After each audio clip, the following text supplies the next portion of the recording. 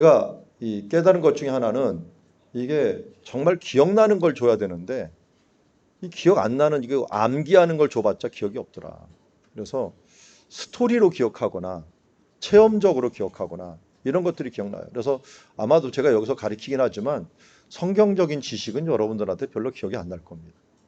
제가 가르쳤던 많은 신대원 학생들을 보면은 그때 사이사이에 주셨던 말씀 정말 좋았습니다. 그러다 설교로 치면은 예화입니다.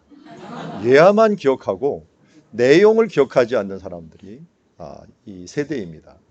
그게 또 감사한 것은 예화는 만들면 되잖아요. 그런데 성경 말씀은 또 가르쳐도 새로울 것 같더라고요. 그래서 지금까지도 우리 교인들한테 제가 20년째 가르치지만 다들 보면 처음 듣는 소리처럼 듣고 있는 그 모습에 감사할 뿐입니다. 예.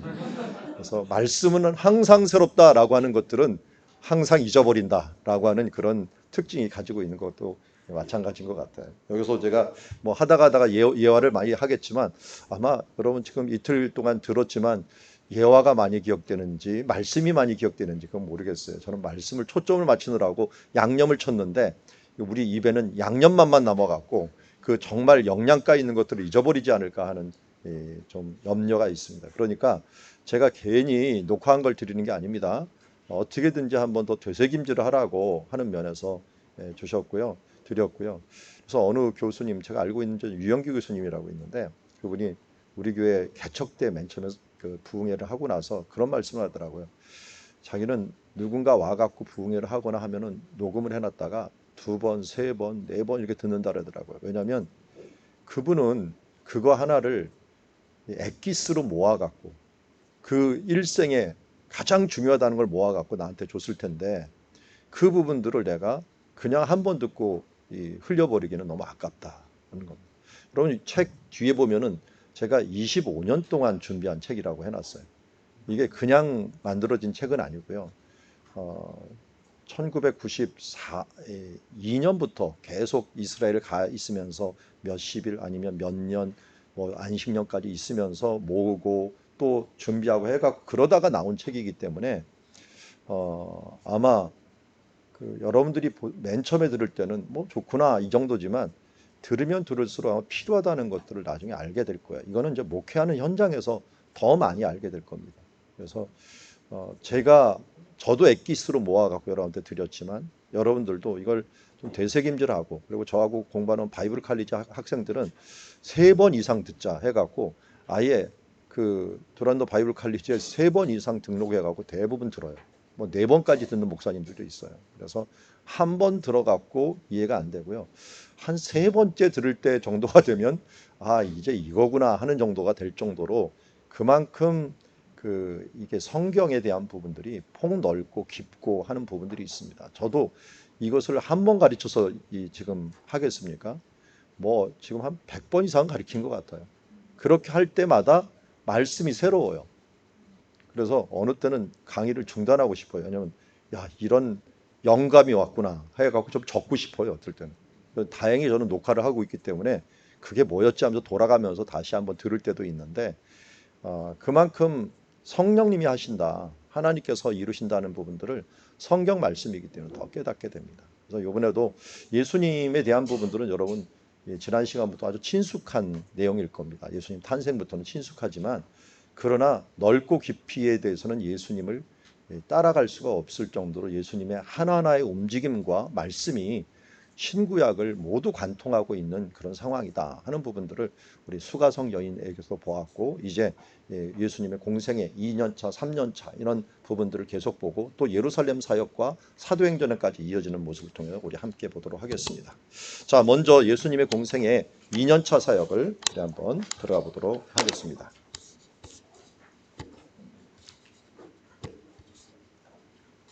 자, 여러분들 책 하면서 공세기 2년차 믿는 자의 눈을 뜨라라고 하는 제목이 있고요.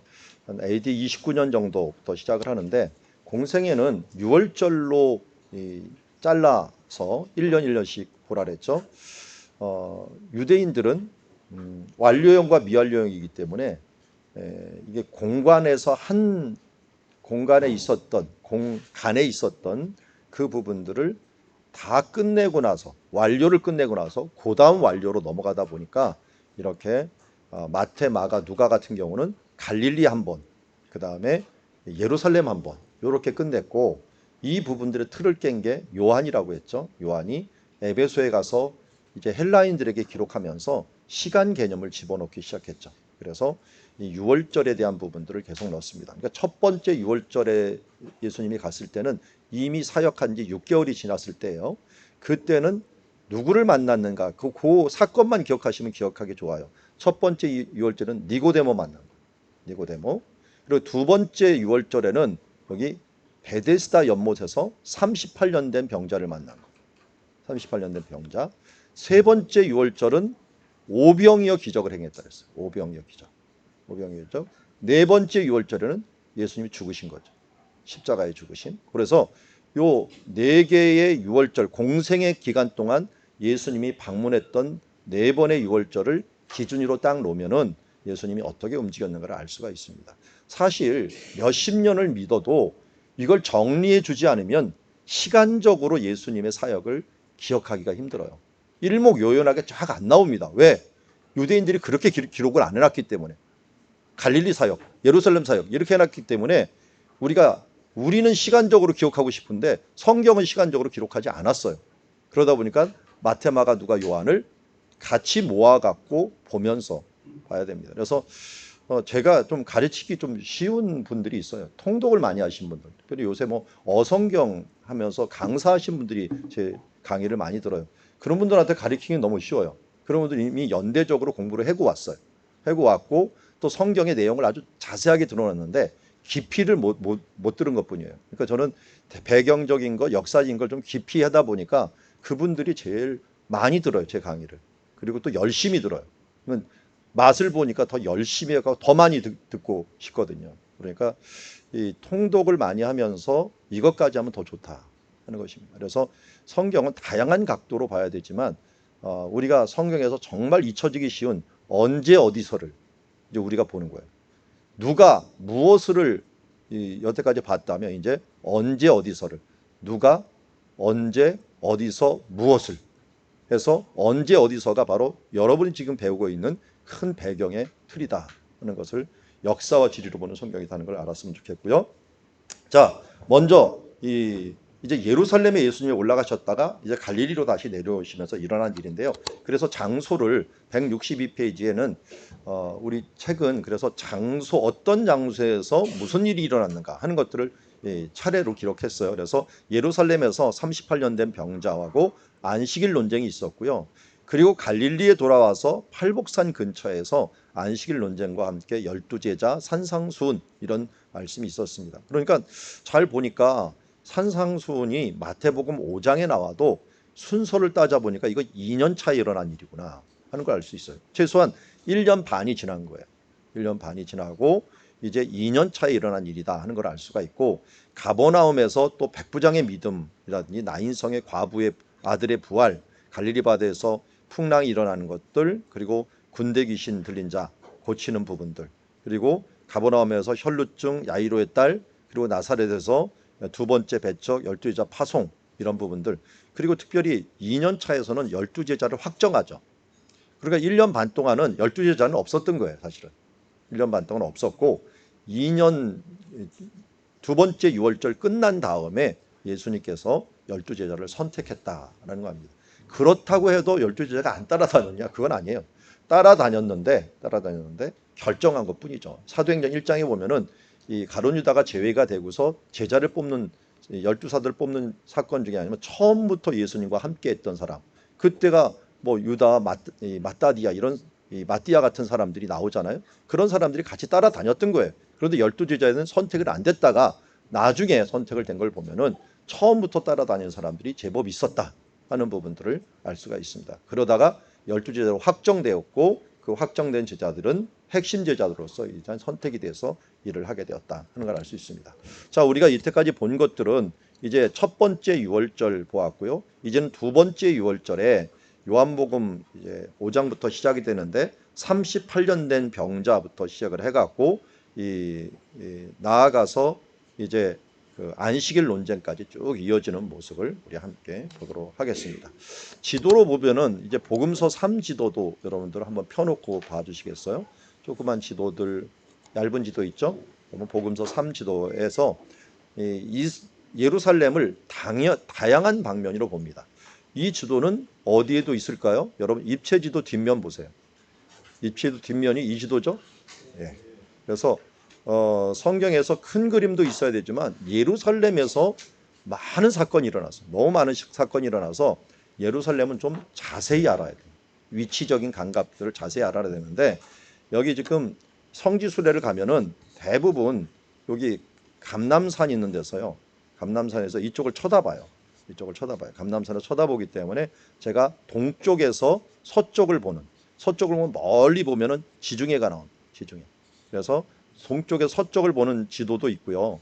이쪽 서쪽에서 동쪽을 바라보는 또 그림도 있습니다. 여러분들 지도에 보면 다양한 예루살렘 모양을 그려놨다 하는 걸 알 수 있고, 자, 니고데모의 거듭남에 대한 부분들을 여기서 얘기했고, 성전 청결에 대한 부분들이 있었고, 오늘은 이 성전의 북쪽에 있는, 북쪽 부근에 있는 베데스다 연못에 있는 사건을 한번 보도록 하겠습니다.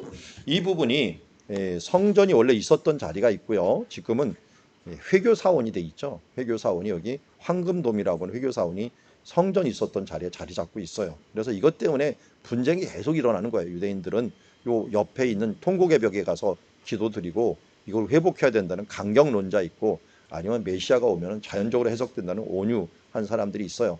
그렇지만 이것들 때문에 계속 문제가 되고 있는데, 여기 성전 터가 있었던 이 장소의 북쪽에 지금도 연못이 있어요. 베데스다 연못이라고 하는 것이 발견이 됐는데요. 이 베데스다 연못, 벳이라는 게 뭐라 했어요? 집이라 그랬죠. 집. 예, 헤세드라고 하는 게 약자로 봐요. 예, 그래서 헤세드는 뭔지 아시죠? 인자함, 자비함, 어떨 때는 사랑이라고 얘기해서 하나님의 어떤 이 사랑과 인자함과 자비함을 모두 포함하는 게 헤세드입니다. 헤세드. 이 헤세드의 집이다. 그러니까 자비의 집이다라고 하는 곳에 가서 정말 예수님께서 자비를 행하셨다라는 것입니다. 38년 되었으니까 뭐 거의 인생을 포기하다시피 사는 사람이겠죠. 그리고 이때 베데스다 연못이 지금도 보면은 여기 그 뜰이 있는데 이 아래로 내려가고 한 30m를 내려가 있어요. 그 당시에는 뭐 그렇게까지 내려가지 않았을지라도 연못이라고 하는 것은 샘하고 연못하고는 좀 틀리죠. 예, 샘하고 우물하고도 틀리고요.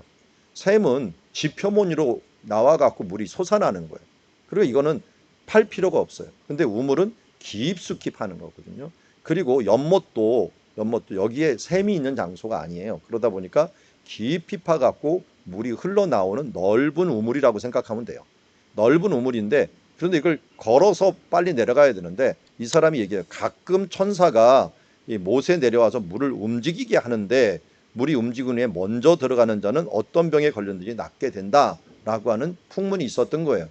이게 천사가 진짜 내려왔냐? 이거는 잘 모르겠고, 이 시기에 이 지역이 이스라엘 지역의 특징이 그래요.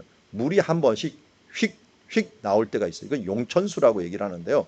갑자기 훅 나올 때가 있어요. 이게 뭐냐면 이 땅이 석회암 땅이에요. 석회암 땅이다 보니까 물을 이 겨울에 우기 때 비가 오면은 물을 갖다 석회암 땅에서 품고 있습니다. 품고 있다가 그게 어느 순간에 한 번씩 쑥쑥 나와요.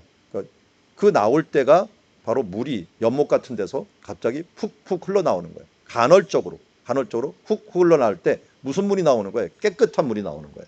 그러니까 원래 물이 없는 이 시기에서 깨끗한 물이 나오니까 어떻게 됩니까? 몸에 피부병이라든지 이런 부분들 씻으면은 나음을 잇는 그런 근거는 있습니다. 그렇다고 무슨 병이든지 낫는다. 이거는 그 사람들이 어떤 좀 과장된 표현이라고 할 수 있지만 어쨌든 효과가 있는 것이기 때문에 이 사람이 내려가려고 하는데, 근데 그럴 때 제일 먼저 내려가는 사람이 누구겠어요? 중증 환자는 못 내려갑니다. 경증 환자만 내려가죠. 자기가 뛰어갈 수 있는 사람. 그러니까 대부분이 피부병 환자일 거예요. 이렇게 막 누워있는 사람 이런 거 못 내려가요. 다 있다가 물이 확 가면은 피부병 환자는 어떻게 되냐. 확 뛰어나고 뭐 종기가 있거나 이런 딱 내려가면은 깨끗한 물로 한번 쫙 씻어주는 거예요. 그러다 보니까 나을 확률이 높은데 이 사람은 뭐 제대로 움직이지도 못하니까 누워있다 보니까 계속 후순위로 밀리는 것을 보게 됩니다. 이게 맨 처음에 치고 나갈 때 치고 나가지 못하면요. 계속 밀리는 현상이 일어나요. 저도 교회를 개척할 때 제가 개척할 때 2000년이에요. 2000년 12월인데 그 말을 하더라고요. 그 10개 개척하면 하나도 자립하기 힘든 사회다 하면서 이 개척을 이 만류를 하더라고요. 제가 전도사 때 개척을 했거든요. 교인은 한 명도 없는데 저도 가보지 않은 땅인 제가 수원에서 지금 개척을 하고 있는데 거기에서 개척을 시작을 했어요. 그러니까 아무도 모르고 한 번도 가보지도 않았던 땅에서 시작을 하려니까 뭐 두려운 것도 있었죠. 그런데 하나님이 마음을 주시니까 어떻게 할 수가 없더라고요. 뭐 10개 중에 하나만 살아남는다도 할 수 없다 해갖고 시작을 했는데 그냥 정말 그때는 무식하니까 시작을 했던 것 같아요. 근데 요새는 20개를 개척해도 하나 이 새로 살아남기 힘들다라고 하는 그런 세대가 돼버렸어요. 세대가 됐는데 그때 개척을 그래서 열심히 공부했어. 막 한 4, 50개 교회를 개척교회만 다닌 거야. 다니면서 노하우가 뭘까? 이 교회가 서는 이유가 뭘까? 그래서 이게 제가 그때 컴퓨터가 막 나올 때인데 그때 사진 찍어갖고 디지털도 그때 막 나와갖고 별로 활성화 안 될 때인데 하여튼 그 디지털 사진기를 가지고서 사진을 찍어갖고 이 개척교회 뭐 편람을 만들었죠. 만들고 그리고 어떤 교회가 부흥하던가 하는 것들을 쭉 한번 조사를 해봤어요. 이 조사를 해봤더니 뭐 여러 가지 나오더라고요. 그래서 제가 그때 새로운 방식이 홈페이지를 먼저 만들자. 그래갖고 교회 세워지기도 전에 이 사이버 교회를 먼저 만들었어요. 그리고 나서 거기다가 아는 사람들 알려주고서 이 필요한 거 한번 얘기를 해주라 했고 제가 교회를 사이버 중에서 하나 세워나갔어요. 그렇게 한 1년 하다가 이제 한 9개월 했죠. 9개월 하다가 교회를 이제 세워갖고 진행을 했는데 그래도 뭐 당장 당하니까 얼마나 할 일이 많은지 몰라요. 할 일이 많으죠. 그래서 이 그 부족한 게 있었는데 그때 선배들한테 들었던 아주 개척을 해갖고 잘 모범적으로 커갔던 교회가 있어요. 저기 일산에 홍익교회라고 하는 교회가 있는데 그 교회가 너무 잘 크는 제가 있을 때는 막 개척교회였어요. 그러니까 그 교회가 잘 커나가는 것을 보면서 그 목사님한테 가서 노하우 좀 알려달라고 그랬더니 그 목사님이 딱 하나 알려주더라고요. 그게 뭐냐면 1년 내에 끝납니다. 1년 내에 얼마나 준비하고 얼마나 했는지 그때 일으켜 세우지 못하면 못합니다. 라고 하면서 알려주더라고요. 그래서 1년 내에 뭐 그야말로 일본어 쇼부를 봐야 되는구나 하는 것을 알고 그 1년 안에 집중을 했어요. 집중을 하고 뭐 새벽 기도도 1부, 2부 그냥 아무도 안 오는데도 그냥 1부 앱이 열리고 그리고 어디에서 사역해야 되는가 하는 것들도 그분한테 배웠더니 절대로 크고 좋은 데라고 아무 데나 가지 말고 싼 데라고 가지 말라. 사람이 있는 데 가라. 사람이 있는 데. 그 사람이 있는 데가 어디냐? 이 단진의 상가다. 단진의 상가는 무조건 새벽기도 교인이 온다. 그러니까 새벽기도 교인. 그리고 지하로 내려가지 마라. 아무리 비싸도 위로 올라가라. 사람들이 개척교회 조그만 교회일수록 지하 내려가면 안 간다. 그래서 사람이 오는 데를 만들어라. 그래갖고 그분이 1년 내에 노하우를 정말 많이 알려주셨어요. 그러는 바람에 일단 해봐야죠. 그래서 제가 이 영통이라고 하는 곳에 가갖고 단진의 상가 3층 어느 교회가 부흥해갖고 나갔더라고요. 그래서 나가갖고 야 이거 최고의 기회다라고 거기를 딱 잡고서 시작을 했는데 아니나 다를까 처음 시작부터 이 새벽 기도 교인이 4명이나 되더라고요. 4명이 와서 원래 그 주변에서 기도를 해야 되는 어르신들 있잖아요. 그런 분들 멀리 못 가니까 있는 분들 그런 분들이 와서 기도하니까 힘이 되더라고요. 설교할 맛이 나더라고요. 그래서 하루 종일 설교만 준비하고 뭐 계속하면서 말씀 준비하면서 나갔더니 그분들이 소문을 내주더라고요. 소문을 내자고 이리저리 오게 되고 하나님 맡겨주고 그러고 봤더니 상점도 마찬가지더라고요. 이 첫 끝발이 있더라고요. 첫 끝발. 무조건 지면 사람들이 궁금해하고 찾아와. 저희 교회도 그래도 사람들이 궁금해서 한번 오더라고요. 그때 감화 감동을 못 주면은 아무것도 못한다 하는 생각을 가지고 정말 그때는 새벽기도 열심히 준비한 것 같아요. 다른 예배들도 열심히 준비하고 그래서 어떻게든지 첫 번 한 1년 내 이 허니문 기간에 어떻게든지 이 부분들에서 뭔가 감동을 주는 일들을 해야겠다 하면서 열심히 기도했던 그래서 그때 열심히 지금도 기억날 때가 있어요. 제가 하나님 앞에 처음 시작할 때 주셨던 마음이 더 사랑하라라는 마음을 주셨거든요. 근데 이 더 사랑하는 마음이 그때는 정말 하루하루 하나님을 더 사랑하면서 했는데 이게 더 사랑하는 마음이 정말 힘들더라고요. 왜냐하면 20년이 더 사랑했으면 지금 내 사랑이 아마 하늘을 찌르고 남을 것 같아요. 그런데 이게 더 사랑이 아니라 정체되거나 떨어질 때가 너무 많아요. 이 열정이 식어질 때가 그럴 때는 정말 하나님한테 죄송할 때가 많이 있어요. 그래서 우리가 여기 그 연약한 부분이 돼 갖고 주저앉지 마시고 여러분들이 좀 지금 시작하는 때잖아요. 시작할 때 정말 준비를 정말 쌈박하게 해갖고 어떻게든지 처음에 내가 최선을 다해서 이때 한번 탁 끌어올려놔야지 그게 내 수준이 돼버려요. 이거 안 하고 그냥 그냥 알아서 천천히 하지, 이게 되지가 않아요. 여러분, 이 생각의 전환이라고 하는 거 있죠.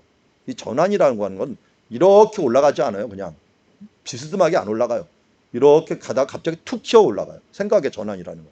그러니까 우리가 인터넷이라든지 뭐 스마트폰이라든지 온라인 사업이라든지 이런 것들도 갑자기 일어났잖아요. 제가 지금 50대지만 제가 어렸을 때는 컴퓨터가 없었어요. 그러다가 중고등학교 때 컴퓨터가 막 생기고 전자 타자기가 막 생기고, 그러다가 대학교 들어가갖고 제가 제가 고대를 나왔는데 고대 전산소가 하나 생겼더라고요. 전산소 정말 큰 건물이 하나 생겼는데 거기 있는 게 뭔지 아세요? 거기 있는 게 인쇄 그 프린터기였어요. 프린터기 하나를 보관하는 큰 건물이 생겼어요. 그때 레이저 프린터라는 게 있더라 해갖고 그게 건물 하나를 차지했던 거예요. 뭐 그 당시에 수억했던 거죠. 근데 그 프린터기보다 우리가 지금 쓰는 프린터기가 더 좋아요. 제가 83년도에 들어갔는데 지금 83년도에 컴퓨터 수억을 썼던 것들이 우리는 지금 몇십만 원, 몇만 원이면 사는 그런 지금 계기가 돼버린 거예요. 이렇게 많이 변했어요. 제가 있던 세대에 인터넷도 나왔죠. 제가 유학을 가갖고 1993년에 94년에 유학을 갔는데 이 미국인들이 뭐 방에 들어가갖고 컴퓨터라고 뭐 치는 거예요. 얘는 뭐 하나 이렇게 쳐다봤더니 이메일이라는 걸 한대요. 우리나라에서는요 그때 이메일이 없었어요. 94년 정도만 하더라도. 근데 이메일을 뭐 어떻게 하는 거야 이렇게 물어봤더니 자기네 친구한테 쓴대요. 그리고 나도 한번 미국에 있는 친구한테, 이스라엘에서 미국에 있는 친구한테 쓴다 그러더라고요. 나도 한번 쓰려고 그랬더니 한국에 이메일 받을 사람이 없는 거예요. 그러는 만에 쓸 수도 없어. 그리고 유학하는 게 또 뭐 핸드폰이라는 게 또 나왔더라고요. 그게 들고 나한테 옛날에 막 키폰 뭐 이런 것들이 나오고 삐삐 뭐 이런 게 나왔는데 그게 갑자기 또 핸드폰으로 바뀌더니 스마트폰으로 바뀌더니 이게 막 계속 바뀌어나는 거예요. 이걸 보면서 정말 많이 변하는구나 하는 것들을 보았는데요. 여러분, 여기 38년 된 병자는 이제 나갈 길이 없어요. 이게 다른 사람들이 항상 치고 나가는 그런 부분이기 때문에. 그런데 우리 기독교가 꼭 이런 것 같아요. 지금 세상은 너무 빨리 가는데 옛날에 우리 마을에서 교회가 제일 높은 건물이었거든요. 지금은 아파트가 너무 커갖고 교회 십자가에 피레침을 할 필요가 없어요. 옛날 교회는요 종탑에다가 모두 피레침을 해야 됐어요. 왜? 가장 높은 건물이다 보니까 번개가 글로 칠까봐 피레침을 다 해놨거든요. 지금 한번 교회들 보세요. 피레침 안 해요. 우리 교회도 안 해놨어요. 왜냐면 아파트가 훨씬 큰데 뭐 그 높은 데서 다 피레침으로 번개를 다 잡아줘요. 그렇기 때문에 할 필요가 없어요. 근데 우리나라 사람들은 근데도 교회가 크고 교회가 뭐다 말을 하는데 사실은 자기네 집이 더 크거든요. 그런데도 교회를 크다고 막 얘기를 하고 있어요. 세상 것은 어마어마하게 줘놓고서.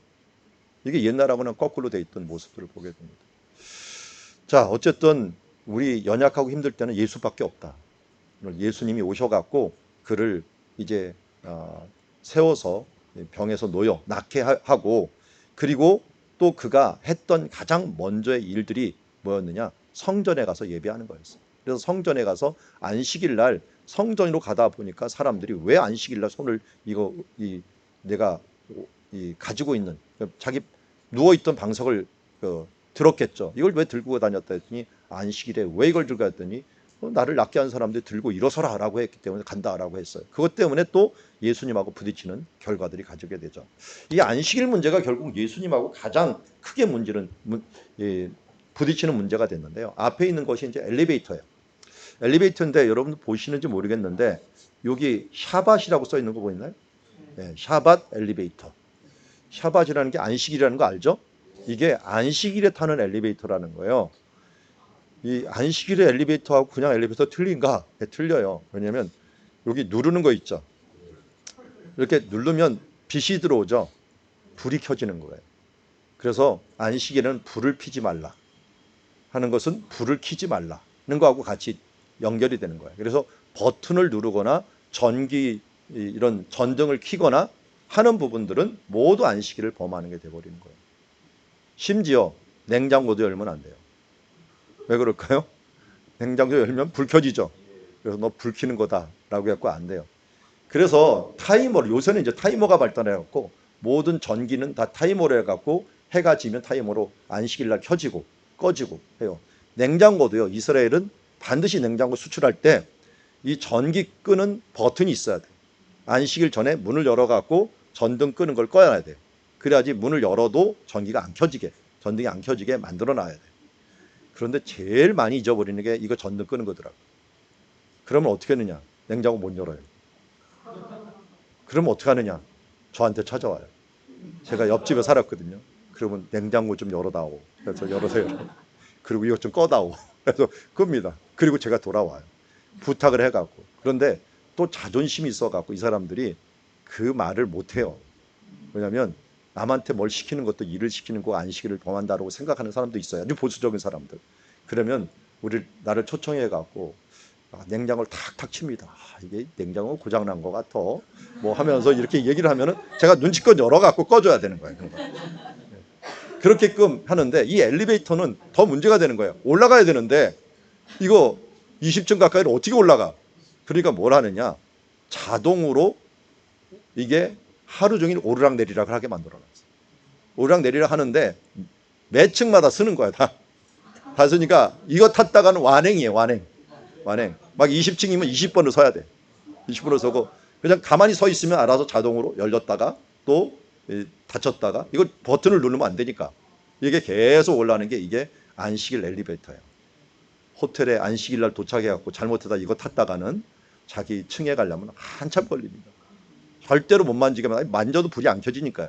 그렇게 안식일 엘리베이터를 만들 정도로 지금도 안식일을 이렇게 철저하게 지키는데 옛날에는 얼마나 더 있겠어요. 그런데 이렇게 지키는 이 랍비들의 전통, 이 사두개인들이 만들어놓은 바리새인들이 만들어놓은 이 랍비의 전통들이 생활 전반에 깔려 있는 거예요. 이걸 깬다는 것은, 전통을 깬다는 것은 이 사회에 대한 도전이었어요. 그런데 예수님이 이 부분들을 깨버리는 거예요. 그러니까 힘들었죠. 이런 예루살렘에서도 한번 안식일날 병자를 고치고 그가 들고 가는 것 때문에 부딪히고, 또 갈릴리로 왔는데도 갈릴리에 와서 또 제자들이 배가 고파서 어떻게 했어요? 이 밀을 비벼서 먹었어요. 안식일날 먹었더니 왜 일을 하느냐 하면서 또 시비를 건 거예요. 안식일은 그들의 자존심이고 그들의 철칙이라고 자기네 정체성이라고 생각했는데 예수님과 예수님의 제자들이 이것을 깨면서 예수님이 뭐라고 얘기를 했냐면 이때 희한한 말씀을 하셔요. 이게 뭐냐면 그 다윗이 자기와 함께한 자들에게 먹을 것이 없어서 시장할 때 한 일을 읽어보지 못하였느냐라고 하면서 요 뒤에 보고서 먹어서는 안 되는 질선병을 먹고 함께한 자들에게 주지 아니하였느냐. 이게 안식이라고 무슨 상관이 있어요? 이게 안식이라고 무슨 상관이 있는데 예수님이 갑자기 이 비유를 든 거예요. 들었다는 것은 뭔가 이 사람들이 이걸 들으면 알아듣는다는 거예요. 우리는 모르지만 이 사람들은 알아들은 거예요. 그게 왜 알아들었느냐? 다윗이 하나님의 전에 들어가서 먹어서는 안 되는 진설병을 먹었잖아요. 근데 진설병이 레위기 24장 8절에 보면 안식일마다 이 떡을 하나님 앞에서 진설할지니라 그러잖아요. 하나님 앞에 안식일마다 진설하면 남은 건 어떻게 되는 거예요? 그거 집어내야 되는 거예요. 그 나온 떡은 버리지 못해요. 레위인들이 먹고 제사장이 먹는 거죠. 먹는 건데 이 떡을 다윗이 먹었다는 거예요. 그 다윗이 먹었다는 게 지금 초점이 아니라 이 날이 무슨 날이라는 거예요? 안식이라는 거예요. 그리고 안식일에 유대인이 전통으로 딱 만들어 놓은 게, 저도 어렸을 때 정말 좀 제가 고신 측 어머님 밑에서 살았거든요. 그러니까 저희 어머니 부산이라서 이 고신 측하고 굉장히 가까워요. 그리고 고신 쪽은 굉장히 또 철저합니다. 주일 성수 이거는 목숨 걸고 지켜요. 그래서 아무리 멀어도 걸어서 오고, 차 타고 오면 안 돼요. 걸어서 오고 뭐든지 주일날 무엇이든지 못 사 먹게 만들고 하면서 주일 성수 공부 절대로 하면 안 되고, 그러다 보니까 저도 이 고3 때 아니에요. 공부할 때까지도 지금도 그렇죠. 지금도 지금은 성경 공부하니까 상관없는데 세상의 공부는 무조건 공부를 안 해서 대학교 가서도 이 시험이 월요일 날이라도 토요일 저녁 12시까지 공부하고 땡 치면 탁 놓고 그 다음에 안식일이다, 주일이다 그래갖고 그 다음 쉬고 예배 드리고 그 다음에 주일 끝나고 12시 밤 12시 딱 되면 그때부터 펜 들고 공부하고 이렇게 공부를 계속해 왔어요. 그러면 저는 그런 생각을 했어요. 내가 모범이 돼야지 내 후배가 따라온다. 그래갖고 고3 때까지 철저하게 그렇게 공부를 했고 그렇게 해서도 공부가 된다라고 하는 걸 샘플로 보여줘야 된다 그래서 모델이 되자 해갖고 열심히 또 했던 그런 기억이 나요. 너무 제가 이제 그 부분들은 그 얽매여 있는 부분들이 있었지만 또 한편으로는 그런 보수적인 생각이 있었기 때문에 하나님 중심으로 살 수 있었던 것도 있어요. 근데 그게 깨진 게 뭐냐면 이스라엘에 가서 유학하는데 이 바리새인들이 지키는 것들을 보면서 환멸을 느꼈어요. 요 엘리베이터부터 시작을 해갖고 자동차도 운전을 못해요. 왜? 자동차를 시동을 딱 켜는 동시에 불꽃이 탁 튄다는 거예요. 그렇기 때문에 자동차 운전도 안 된다. 뭐도 안 된다 그래갖고 아니 교회는 가야 되는데 20분 정도는 차를 타고 가야 된대. 어떻게 가라는 거야. 걔네들은 회당이 가까이 있지만. 그래서 저는 또 돈이 없다 보니까 종교인 마을에 살았는데 종교인 마을이 제일 싸기 때문에 그리고 종교인들과 눈치를 보고서 그 밖으로 나와야 돼요. 잘못하면 돌 맞아요. 안식일 날 움직인다고 돌 던져버려요. 그렇기 때문에 빨리 나와버려야 되거든요. 그래서 그 동네 잘 지나갈 땐 조심해야 되는 곳이 있어요. 뭐 메아세아림이라고 하는 곳이 있는데 그곳에는 너무 강력한 이 보수적인 유대인들이 살기 때문에 아예 사고가 많이 일어나갖고요. 경찰들이 펜스를 쳐갖고 이 동네는 안식일에 지나가지 말아요. 그거 멋모르고 새댁이 결혼을 해갖고 우리 한인종의 새댁이 왔는데 새 차 몰고 가서 그쪽으로 지나가다가 돌을 맞아갖고 교회 와갖고 아니 돌 던져갖고 차가 찌그러졌다고 하면서 막 투덜투덜 거는 걸 봤어요. 그 동네 멋모르고 가다가. 그만큼 그들이 철저히 지키는데 야 이건 형식이어도 형식은 너무 심하다. 좀 가면은 조금 내가 부드럽게 좀 자유롭게 살아야겠다 해갖고 유학을 돌아왔더니 웬걸요 우리 교회가 변해져 있는데 이 목사님들까지 주일날 나가갖고 다 사먹는 거예요. 나는 요만큼 내려놨는데 왔더니 사람들은 다 내려놔 버렸더라고요. 야 이걸로 어떻게 내가 해석을 해야 되느냐 하면서 지금도 힘들어. 지금도 안식일 문제 나오고 주일 성수 문제 나오면 우리는 교단에서 주일날 사 먹지 말 것이요 오락을 금할 것이요 하면서 세례 교육 때 그렇게 가르쳐요. 그런데 당장 삶은 그렇지 않은 거예요. 가르치는 것과 삶이 너무 틀린 거예요. 아니 그러면 이 법이라든지 바꿔놓든지 법을 안 바꿔놓고 생활은 바뀌어져 있으니까 제가 너무 불편한 거예요. 지금도 저는 우리 교인들한테 나는 주일날 안 사 먹습니다. 당신들은 알아서 하십시오. 이런 정도밖에 말을 못해요. 그래도 장로님들은 몰래 가갖고 목사님 안 보이게 다 사 먹고 또 식사하고 하는 이런 때를 보는데 교제한다 이렇게 하는데 그렇다고 제가 뭐라고 그럴 수는 없어요. 그거는 개인의 자유니까. 그렇지만 이런 일이 있었어요.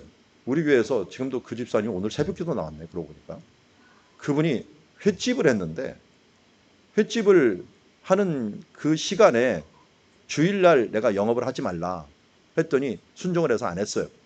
그랬더니 잘 될 때는 상관이 없는데 조금씩 기울더니 힘들어지니까 나중에 저를 찾아와서 아예 선포하듯이 얘기해요. 목사님 예배는 참석하고 이 오후에 열면 안 됩니까? 하면서 우리 교회 집사님 장로님들도 보니까 오후에는 가서 뭐 사 먹던데요. 이 말을 딱 듣는 동시에 제가 뒤통수를 딱 맞는 것 같더라고요. 저도 그때는 좀 자유롭게 좀 하려고 했어요. 좀 더 자유로웠고 그런데 그분 말 들으면서 야 하나를 열어주니까 끝이었겠구나 하는 생각을 들면서 그 다음부터 다시 스톱. 주일날 공식적인 이 행사에서 먹고 사 먹고 하는 이런 부분들은 금지해 주십시오 하면서 다시 제가 광고를 하고 이 사람들에게 얘기했던 적이 있습니다. 그럼에도 뭐 안 지키는 건 어떻게 할 수 없겠지만 어쨌든 덕을 세우고 어쨌든 하나님의 말씀에 집중할 수 있도록 해줘야 되는데 근데 본질을 잃어버려서는 안 돼요. 너무 이것 하지 마라 저것 하지 말라. 그래서 제가 어렸을 때는 아니 뭐 하지 말라는 걸 좀 정확히 알려줬으면 좋겠다. 이거 해야 되나 말아야 되나 이런 것들 정확히 좀 알려주면 안 되나? 교단에서 이건 할 것이요 이것은 하지 못할 것이요 이 주일날 TV를 봐야 되냐 말아야 되냐 그럼 이 봐야 될까 말아야 될까 그러면 좀 알려주면 안 보면 내가 안 보잖아. 근데 그건 말하지 않고 그냥 두리뭉실 넘어가고 있어요. 그러니까 이게 힘들더라고요. 그래서 나중에 봤더니 바리새인들은요 이걸 다 정해놨더라고. 다 정해놔갖고 심지어 자기네도 뭐 정했는지 몰라. 그 정도로 수천 개를 적어놓은 거예요. 그러니까 그래도 제일 확실한 게 뭐냐면 안식일 지키는 것 중에서 한 예를, 그래서 뭘 정해놨는지 모르니까 이야기로 풀어준 거예요. 이게 탈무드예요. 탈무드가 율법을 스토리로 기억하도록 만들어준 거예요. 만들어준 거예요. 그래서 안식일에 그러면 사람들이 왔는데 그 사람한테 음식을 주는 게 안식일을 범하는 겁니까 하면서 안식일 법칙 제1법칙에 이 부분들에 대해서 얘기하고 있는데요. 그게 뭐냐면 들어와서 배고프면 줘라. 그렇지만 그 먹는 것을 밖으로 가지고 나가면 일이다. 그렇게는 하지 마라 라는 거예요. 이게 이 당시에부터 정해진 거예요. 예수님 때부터. 그런데 그 법을 어긴 사람이 다윗이에요. 다윗이 안식일에 사람들을 먹었어요. 그리고 이것을 먹어서는 안 되는, 먹고 함께한 자들에게 나가고 줘버린 거예요. 그러면 다윗 안식일 범한 거 아니냐? 그런데 너희는 왜 법을 그렇게 정해놨느냐? 세세하게 정해놓다 보니까 이게 성경하고 위배되는 일들이 자꾸만 만들어지는 거예요. 세세하게 만드는 게 좋은 것 같고 또 편한 것 같지만요, 하나님의 의도는 절대 그게 아니에요.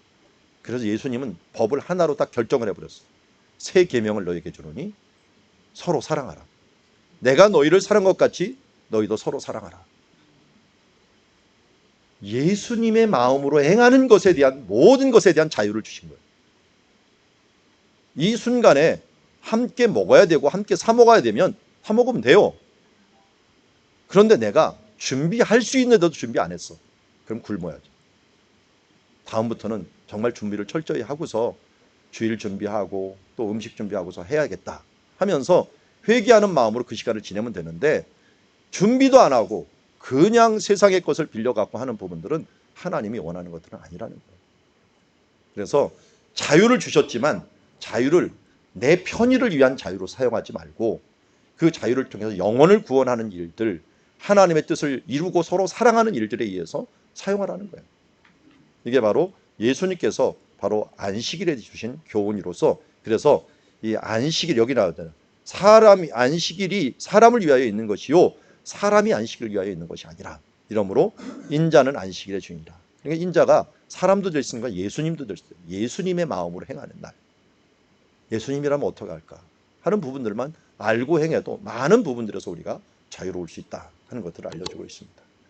자, 공생의 2년차 사역을 보고 있습니다. 이제 갈릴리로 오셔갖고 지금 안식일 문제에 대해서 이야기를 하셨습니다.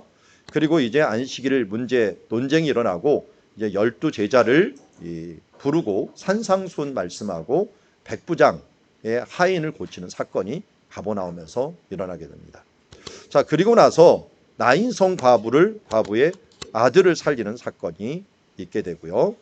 그리고 예수님이 처음으로 가버나움을 떠나갔고, 가버나움이 복음의 센터로서 사용을 했어요. 그래서 이 1년 차까지는 여기서 움직인 일이 없어요. 별로. 이 근처에서 다 사역했어요. 그러다가 처음으로 건너편으로 갑니다. 그 건너편이 거라사 지방이라고 불리우는 데가볼리였어요. 가는 길에 풍랑을 잠잠케 하시고 가서 군대 귀신 들린 그 사람을 고치시는 사건이 일어나게 되고요.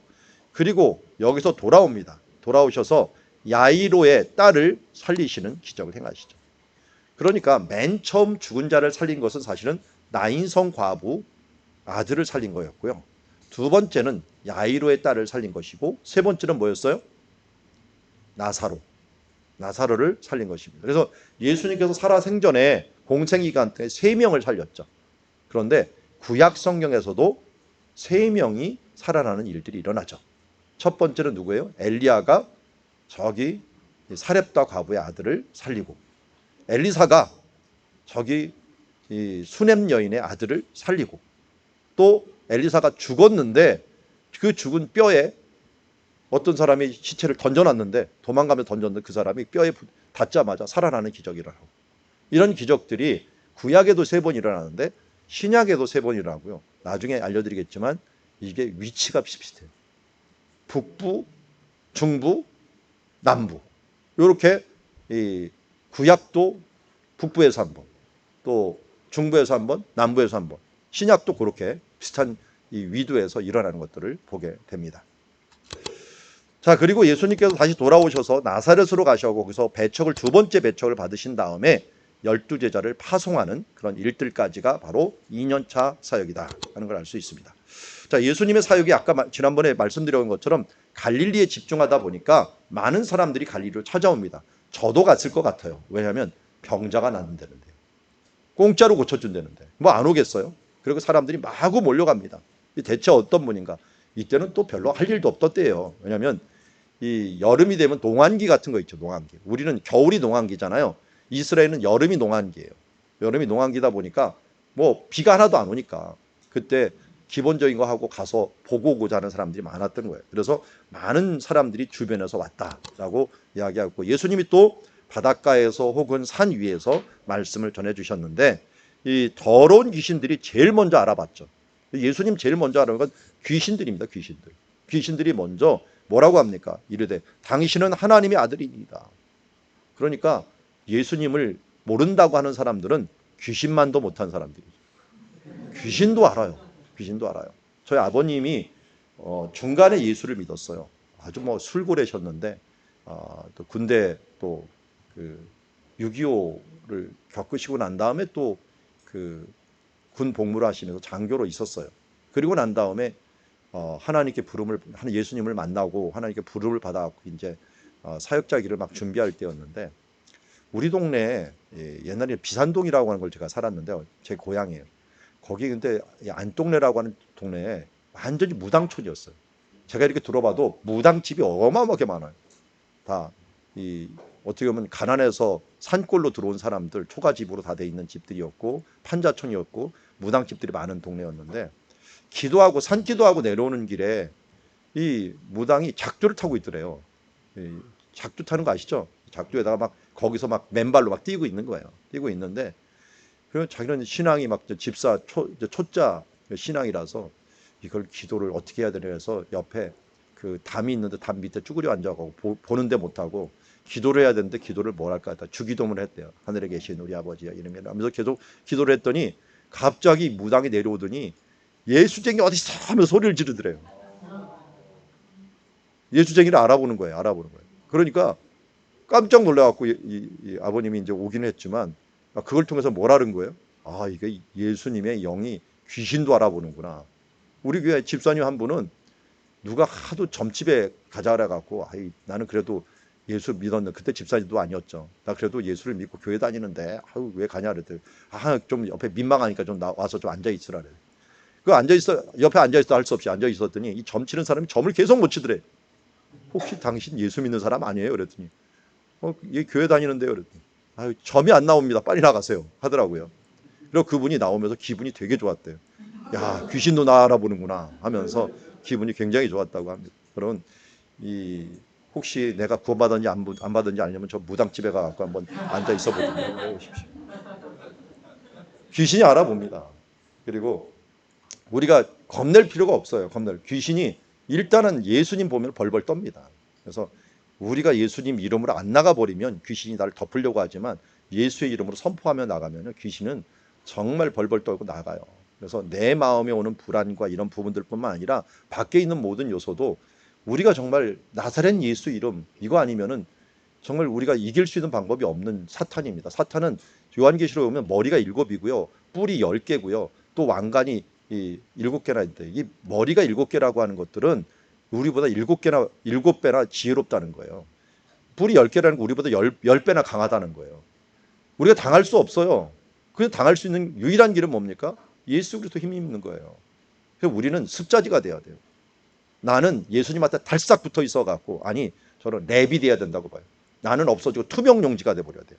그래서 예수님한테 딱 붙어 있으면 사탄이 나를 보는 게 아니라 예수님을 보는 거예요. 그러고 보면 겁이 나고 도망가는 거죠. 괜히 내가 강한 척하면서 막 그냥 박스도 안 되는 주제에 철보다 강한 이 사탄 앞에 서다가 박살납니다. 찢어집니다. 우리가 주님 앞에 서갖고 나는 죽고 예수로 사는 삶, 이거 할 때 사탄이 가장 무서워하고 나사렛 예수 그리스도 이름 앞에 정말 떨면서 나가는 것을 봅니다. 우리가 정말 이 예수 그리스도의 이 정말 큰 도구를 갖고 있으면서 사용하지 못할 때가 있어요. 저는 예수님의 이름이 곧 크레디트 카드 같은 것 같아요. 크레디트라는 게 신용, 믿음을 이해하잖아요. 믿음의 카드예요. 근데 이 믿음의 카드를 사람들이 사용하지 않고 자꾸만 하나님 나라에 가는 사람들이 있어요. 이거는 제한이 없어요. 무제한입니다. 믿음으로 선포하면은 무엇이든지 이룰 수 있는 그런 이 카드를 하나님께서 우리에게 주셨어요. 그런데 이걸 사용하지 않고 맨날 지질이 궁상으로 살고 있는 사람들이 많아요. 예수를 믿음에도 불구하고 그 믿음으로 선포하면 되고 예수의 이름으로 선포하면 되는데 그렇게 살아가는 사람들이 많이 있어요. 그래서 지금도 억울한 때가 한번 생각이 나는데요. 대학교 4학년 때 얼마나 제주도를 가고 싶었는지 그때 갈 때 한번 제주도에 가갖고 비행기를 한번 타고 제주도 가는 거 중요한 게 아니라 평생 한번 비행기 한번 타보자. 그래갖고 4학년이 되는 데까지 한 번도 못 탔어요. 대학교 3학년 때. 그래서 처음으로 이제 돈을 모아갖고 근데 왕복이 너무 비싸.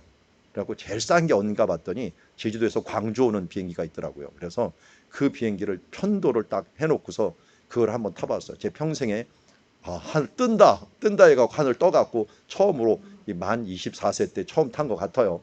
그 타고서 오면서 했는데 그때 돈을 겨우겨우 모여갖고 했기 때문에 제가 탔는데 뭘 서비스를 하는데 음료수 하나를 하는데 돈이 없어서 음료수를 시켜 먹지 못했어요. 알고 봤더니 시켜 먹는 게 아니라 그 항공료에 속해 있는 거였어요. 나중에 제가 이 큰 비행기를 타고서 갈 때 그걸 알았어요.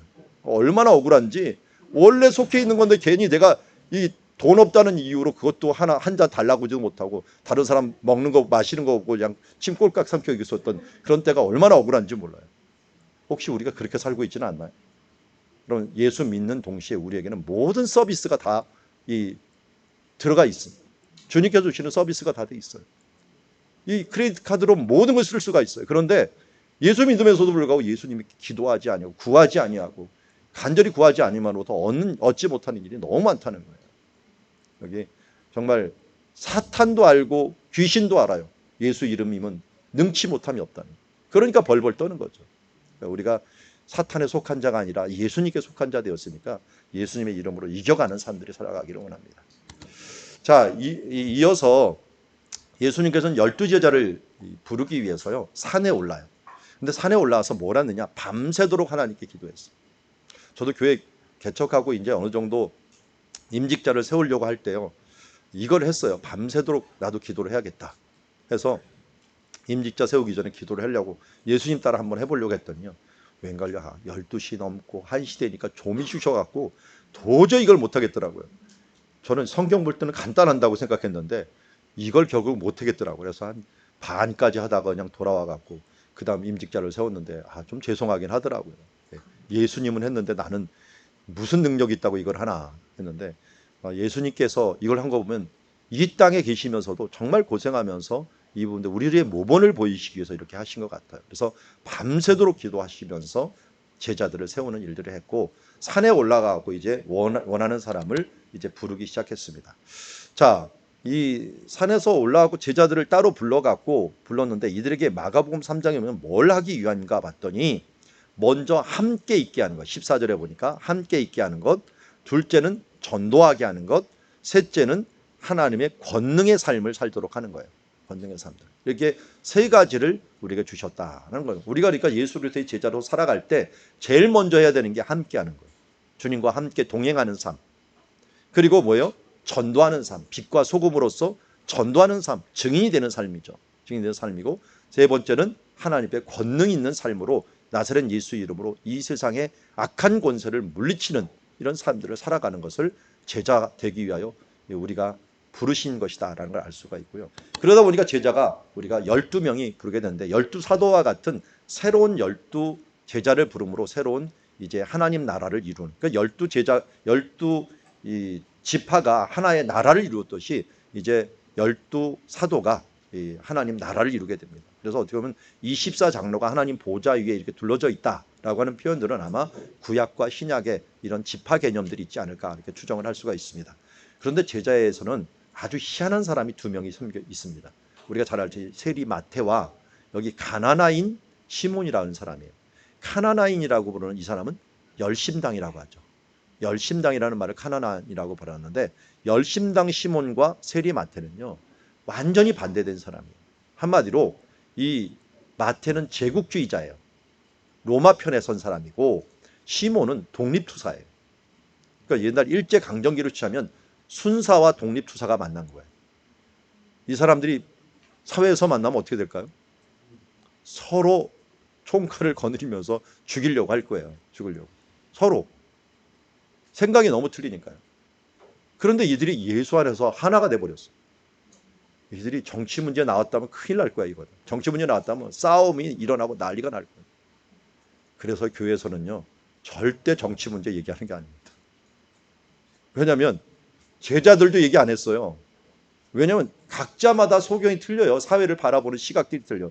지금 로마의 압제에 있은 지가 몇백 년인데 우리가 로마의 도움을 받아가고 살아야 된다는 게 마태의 견해가 될 수 있을 거예요. 제국주의, 우리도 그랬잖아요. 큰 나라인 미국을 좀 의지하며 살아야 된다라고 하니까 아니다. 우리 주체 사상을 가져야 된다 하면서 북한의 주체 사상처럼 갖는 이런 사람들도 있을 거 아니에요. 그러면서 이 편 저 편, 지금도 뭐 이게 친미냐 친반일이냐 또 뭐 친북이냐 뭐 이런 걸로 자꾸만 나누잖아요. 이런 부분들은 성향이 틀리기 때문에 이걸 교회에서 말하면 안 돼. 우리는 예수님 바라보고 하나가 돼야 되는데 정치적인 부분들을 바라보면은 이상하게 갈리게 돼요. 중심을 잃어버리게 되는 거죠. 중심을 잃어버리는 거예요. 그래서 팔레스타인에 가보면은 지금도 유대인하고 팔레스타인 사람들하고 사이가 너무 안 좋아요. 제가 겪어본, 유학하면서 겪어본 사람들은 이 예수님 올 때까지 이들은 영원히 싸웁니다. 왜 싸우느냐? 계속 원수가 되고 있어요. 서로 상처를 주다 보니까 이 상처 계속 쌓이는 거예요. 내 친족의 친족을 죽이고 있고 내 아들이 죽고 계속 로켓포 날라오고 로켓포 날라오니까 반응한다고 또 쏘고 미사일 쏘고 그러니까 아니 나는 한 대 때렸는데 너는 두 대 때려? 하면서 나는 로켓포 때렸는데 너희는 미사일을 때려? 그러면 한번 봐라. 나는 너 하나 줬지 난 두 개 더 줄 거야 하면서 계속 싸우니까 이게 더 악화가 되는 거예요. 이거 안 하려고 옛날에 함무라비 법전이 생긴 거예요. 함무라비 법이 뭔지 아시죠? 눈은 눈으로 이는 이로. 이거 잔혹할 것 같죠? 그거 아니에요. 눈을 상하게 했으면 눈만 상하게 해라. 이를 뺐으면 이만 상하게 해라. 두 대 때리지 마라 라는 거예요. 인간이라는 게 이상하게 보복을 두 배로 하려고 그래요. 그래서 속이 시원하게 느껴지는 거예요. 그런데 제자들 안에서 이런 원한 관계들이 생겨버리면 안 되는 거예요. 예수님 바라보면 어떻게 돼요? 예수 안에서 하나 되다 보면 되는 거예요. 그래서 지금도 이스라엘은 팔레스타인과 유대인이 유일하게 같이 살고 같이 공존하는 사회가 기독교 사회. 기독교에서는 예수 그리스도를 바라본 믿음 안에서 원수까지도 사랑하고 특별히 이제 원수된 자를 저주하라는 게 아니라 그들을 성경에서 축복하라라고 얘기하고 있으니까요. 그 안에서 하나가 될 수가 있는 거죠. 교회에서 정치적인 싸움이나 이런 게 일어났다 그러면 일단 핀트를 잘못 맞춰. 그건 세상의 핀트고 우리는 예수를 바라볼 때 이런 다른 사람들도 하나가 되어서 하나님 나라를 이루었다 하는 것을 우리가 잊지 말고 우리가 십자가 아래서 하나 되는 신앙들을 가져야 됩니다. 자, 이어서 예수님께서 산상수훈을 말씀해 주셨습니다. 산상수훈을 말씀해 주셨는데 이 산상수훈 여기 산에 올라가 앉으시니 라고 하는데 왜 예수님께서 산에 올라가 앉으셨을까요? 어떨 때는 배 위에 앉으셨죠. 바닷가에 가셨어요. 어떨 때는 산에 올라갔어요. 이게 언제는 산에 올라가고 언제는 바닷가에 가셨느냐? 시간이 틀려요. 아침에는 바닷가, 저녁에 다 돼가면은 산. 왜 그럴까요? 바람 방향. 바람 방향이 바다에서 육지로 부는 때는 이게 아침부터예요. 아침부터. 낮에는 그렇게 불어요. 근데 저녁이 되려면 산에서부터 바다 쪽으로 바람이 불어요. 마이크가 없고 스피커가 없는 사이다 보니까 이 사람들이 몇천 명이 모이면은 말을 못 하면은 바람이 거꾸로 가면 어떻게 안 들리죠. 그러니까 예수님이 만약 이쪽에 서셨으면 제자들은 이 아래 서야겠죠. 아래. 왜냐면 바람이 이렇게 불어가니까요. 이렇게 불어가니까. 그래서 산에 오르셨다면 아 저녁이구나. 바닷가에 가셨구나. 아 아침이구나. 하는 걸 여러분들이 눈치를 채야 돼요. 이 원리가요. 중동에 가면 그냥 자연적으로 알게 돼요. 거긴 지중해성 기후인데 지중해성 기후가 바닷가에서 바람이 불어오는 무조건 낮이다 보니까 옛날에 공연을 할 때는 뭐 지금처럼 뭐 조명이 있지 않았으니까 낮에 주로 공연을 했어요. 낮에 공연을 할 때 바람이 불어오는 쪽이 있어야 되는데 그게 바다 쪽에서 불어오잖아요. 그러니까 공연한 무대는 무조건 바다 쪽이어야 돼요. 공연하는 무대. 그리고 관중석은 어떻게 돼요? 모두 바다를 바라보고 있어야 돼요. 바라보고 있어야 돼요. 그러니까 육지 쪽이 돼요. 그러니까 여기하고 똑같은 거예요. 예수님 여기 있으면 여기가 무대가 되는 거예요. 무대. 그러니까 예수님이 아침과 낮에는 다 여기에 사람들이 무대가 있어. 원형 극장이 되는 거예요. 그래서 지중해 가면 원형 극장이 많이 있는데요. 방향은 뻔해요. 원형 극장에서 무대 있는 쪽이 무조건 바닷가 쪽이구나 하는 걸 알 수가 있어요. 모든 것이 다 그렇게 돼 있어요. 그러니까 예수님은 이 지형을 너무 잘 이용하신 거죠. 잘 이용해서 이렇게 말씀하셨고, 그리고 그 부분들을 어떻게 보면 알아요. 나중에 보면 여기 빛 얘기하죠. 빛. 너희는 세상의 빛이라 하면서 빛 얘기할 때 저녁에 지금 등잔이 하나 두 개 켜지는 그 상황이 바로 이 시기구나 하는 것들을 알 수가 있는 거예요. 저녁에 주신 말씀이다. 그리고 심령이 가난한 자 복이 있다, 애통하는 자 복이 있다. 이 부분들이 이미 얘기했으니까 알 것이고요. 예수님의 첫 번째 설교가 복에 대한 개념을 깨는 설교였는데, 그 복이 세상적인 복이 아니라 하나님의 은혜를 받을 수 있는 마음을 가진 것, 그 마음을 가진 것이 가장 큰 복이다라고 말씀하고 있습니다. 그러니까 우리가, 여러분들이 복 있는 사람이에요. 지금 가난해서 여기 왔잖아요. 심령이 가난해서. 심령이 부자이거나 게으른 사람은요, 어떻게 내 이 길을 가겠다고 결심을 할 수 있겠어요. 그래서 이상하게 하나님은 잘난 자, 똑똑한 자, 또 부유한 자, 힘센 자, 이런 사람을 쓰는 게 아니라 하나님 앞에서 정말 가난하고 낮아진 자를 쓰게 된다는 거예요. 그럼 성경에 복이라고 하는 말이 있는데요, 히브리어로 이걸 바라크라고 불러요. 바라크, 축복하다. 그런데 이걸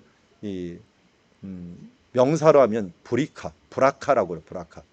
브라카라는데, 여러분 성경에 보면 역대 상인가 한가요? 브라가 골짜기라고 기억나시나요? 브라가 골짜기. 잘 기억 안 나세요? 역대상 20장 정도로 되고 있는데, 여호사밧이 저쪽 모압 사람들이 전쟁하기 위해서 전쟁하러 올라오는 거예요. 올라올 때 군대로 안 되니까 하나님 간절히 기도해요. 금식하고 기도하다 보니까 하나님이 선지자가 나타나갖고 우리가 이길 것이다 하는 확증을 줬어요. 그래서 아마 이건 기억할 거예요. 그러면 찬양대를 앞세우고 가자. 군대를 앞서지 않고 찬양대를 앞세우고 가자.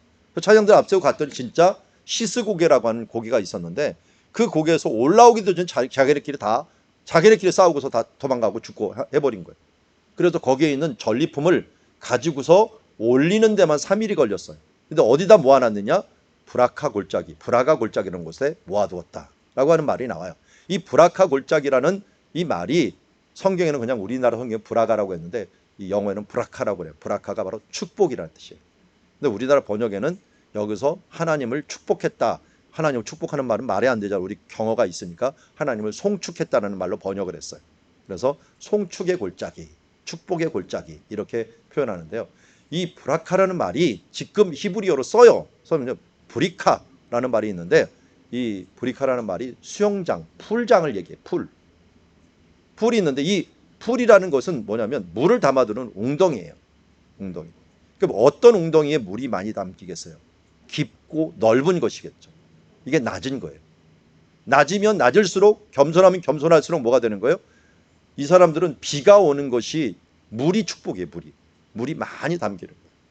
물이 담기다 보니까 야, 축복이 담기는구나 해서 그것을 축복이라고 불렀을 것이라고 추정을 해요.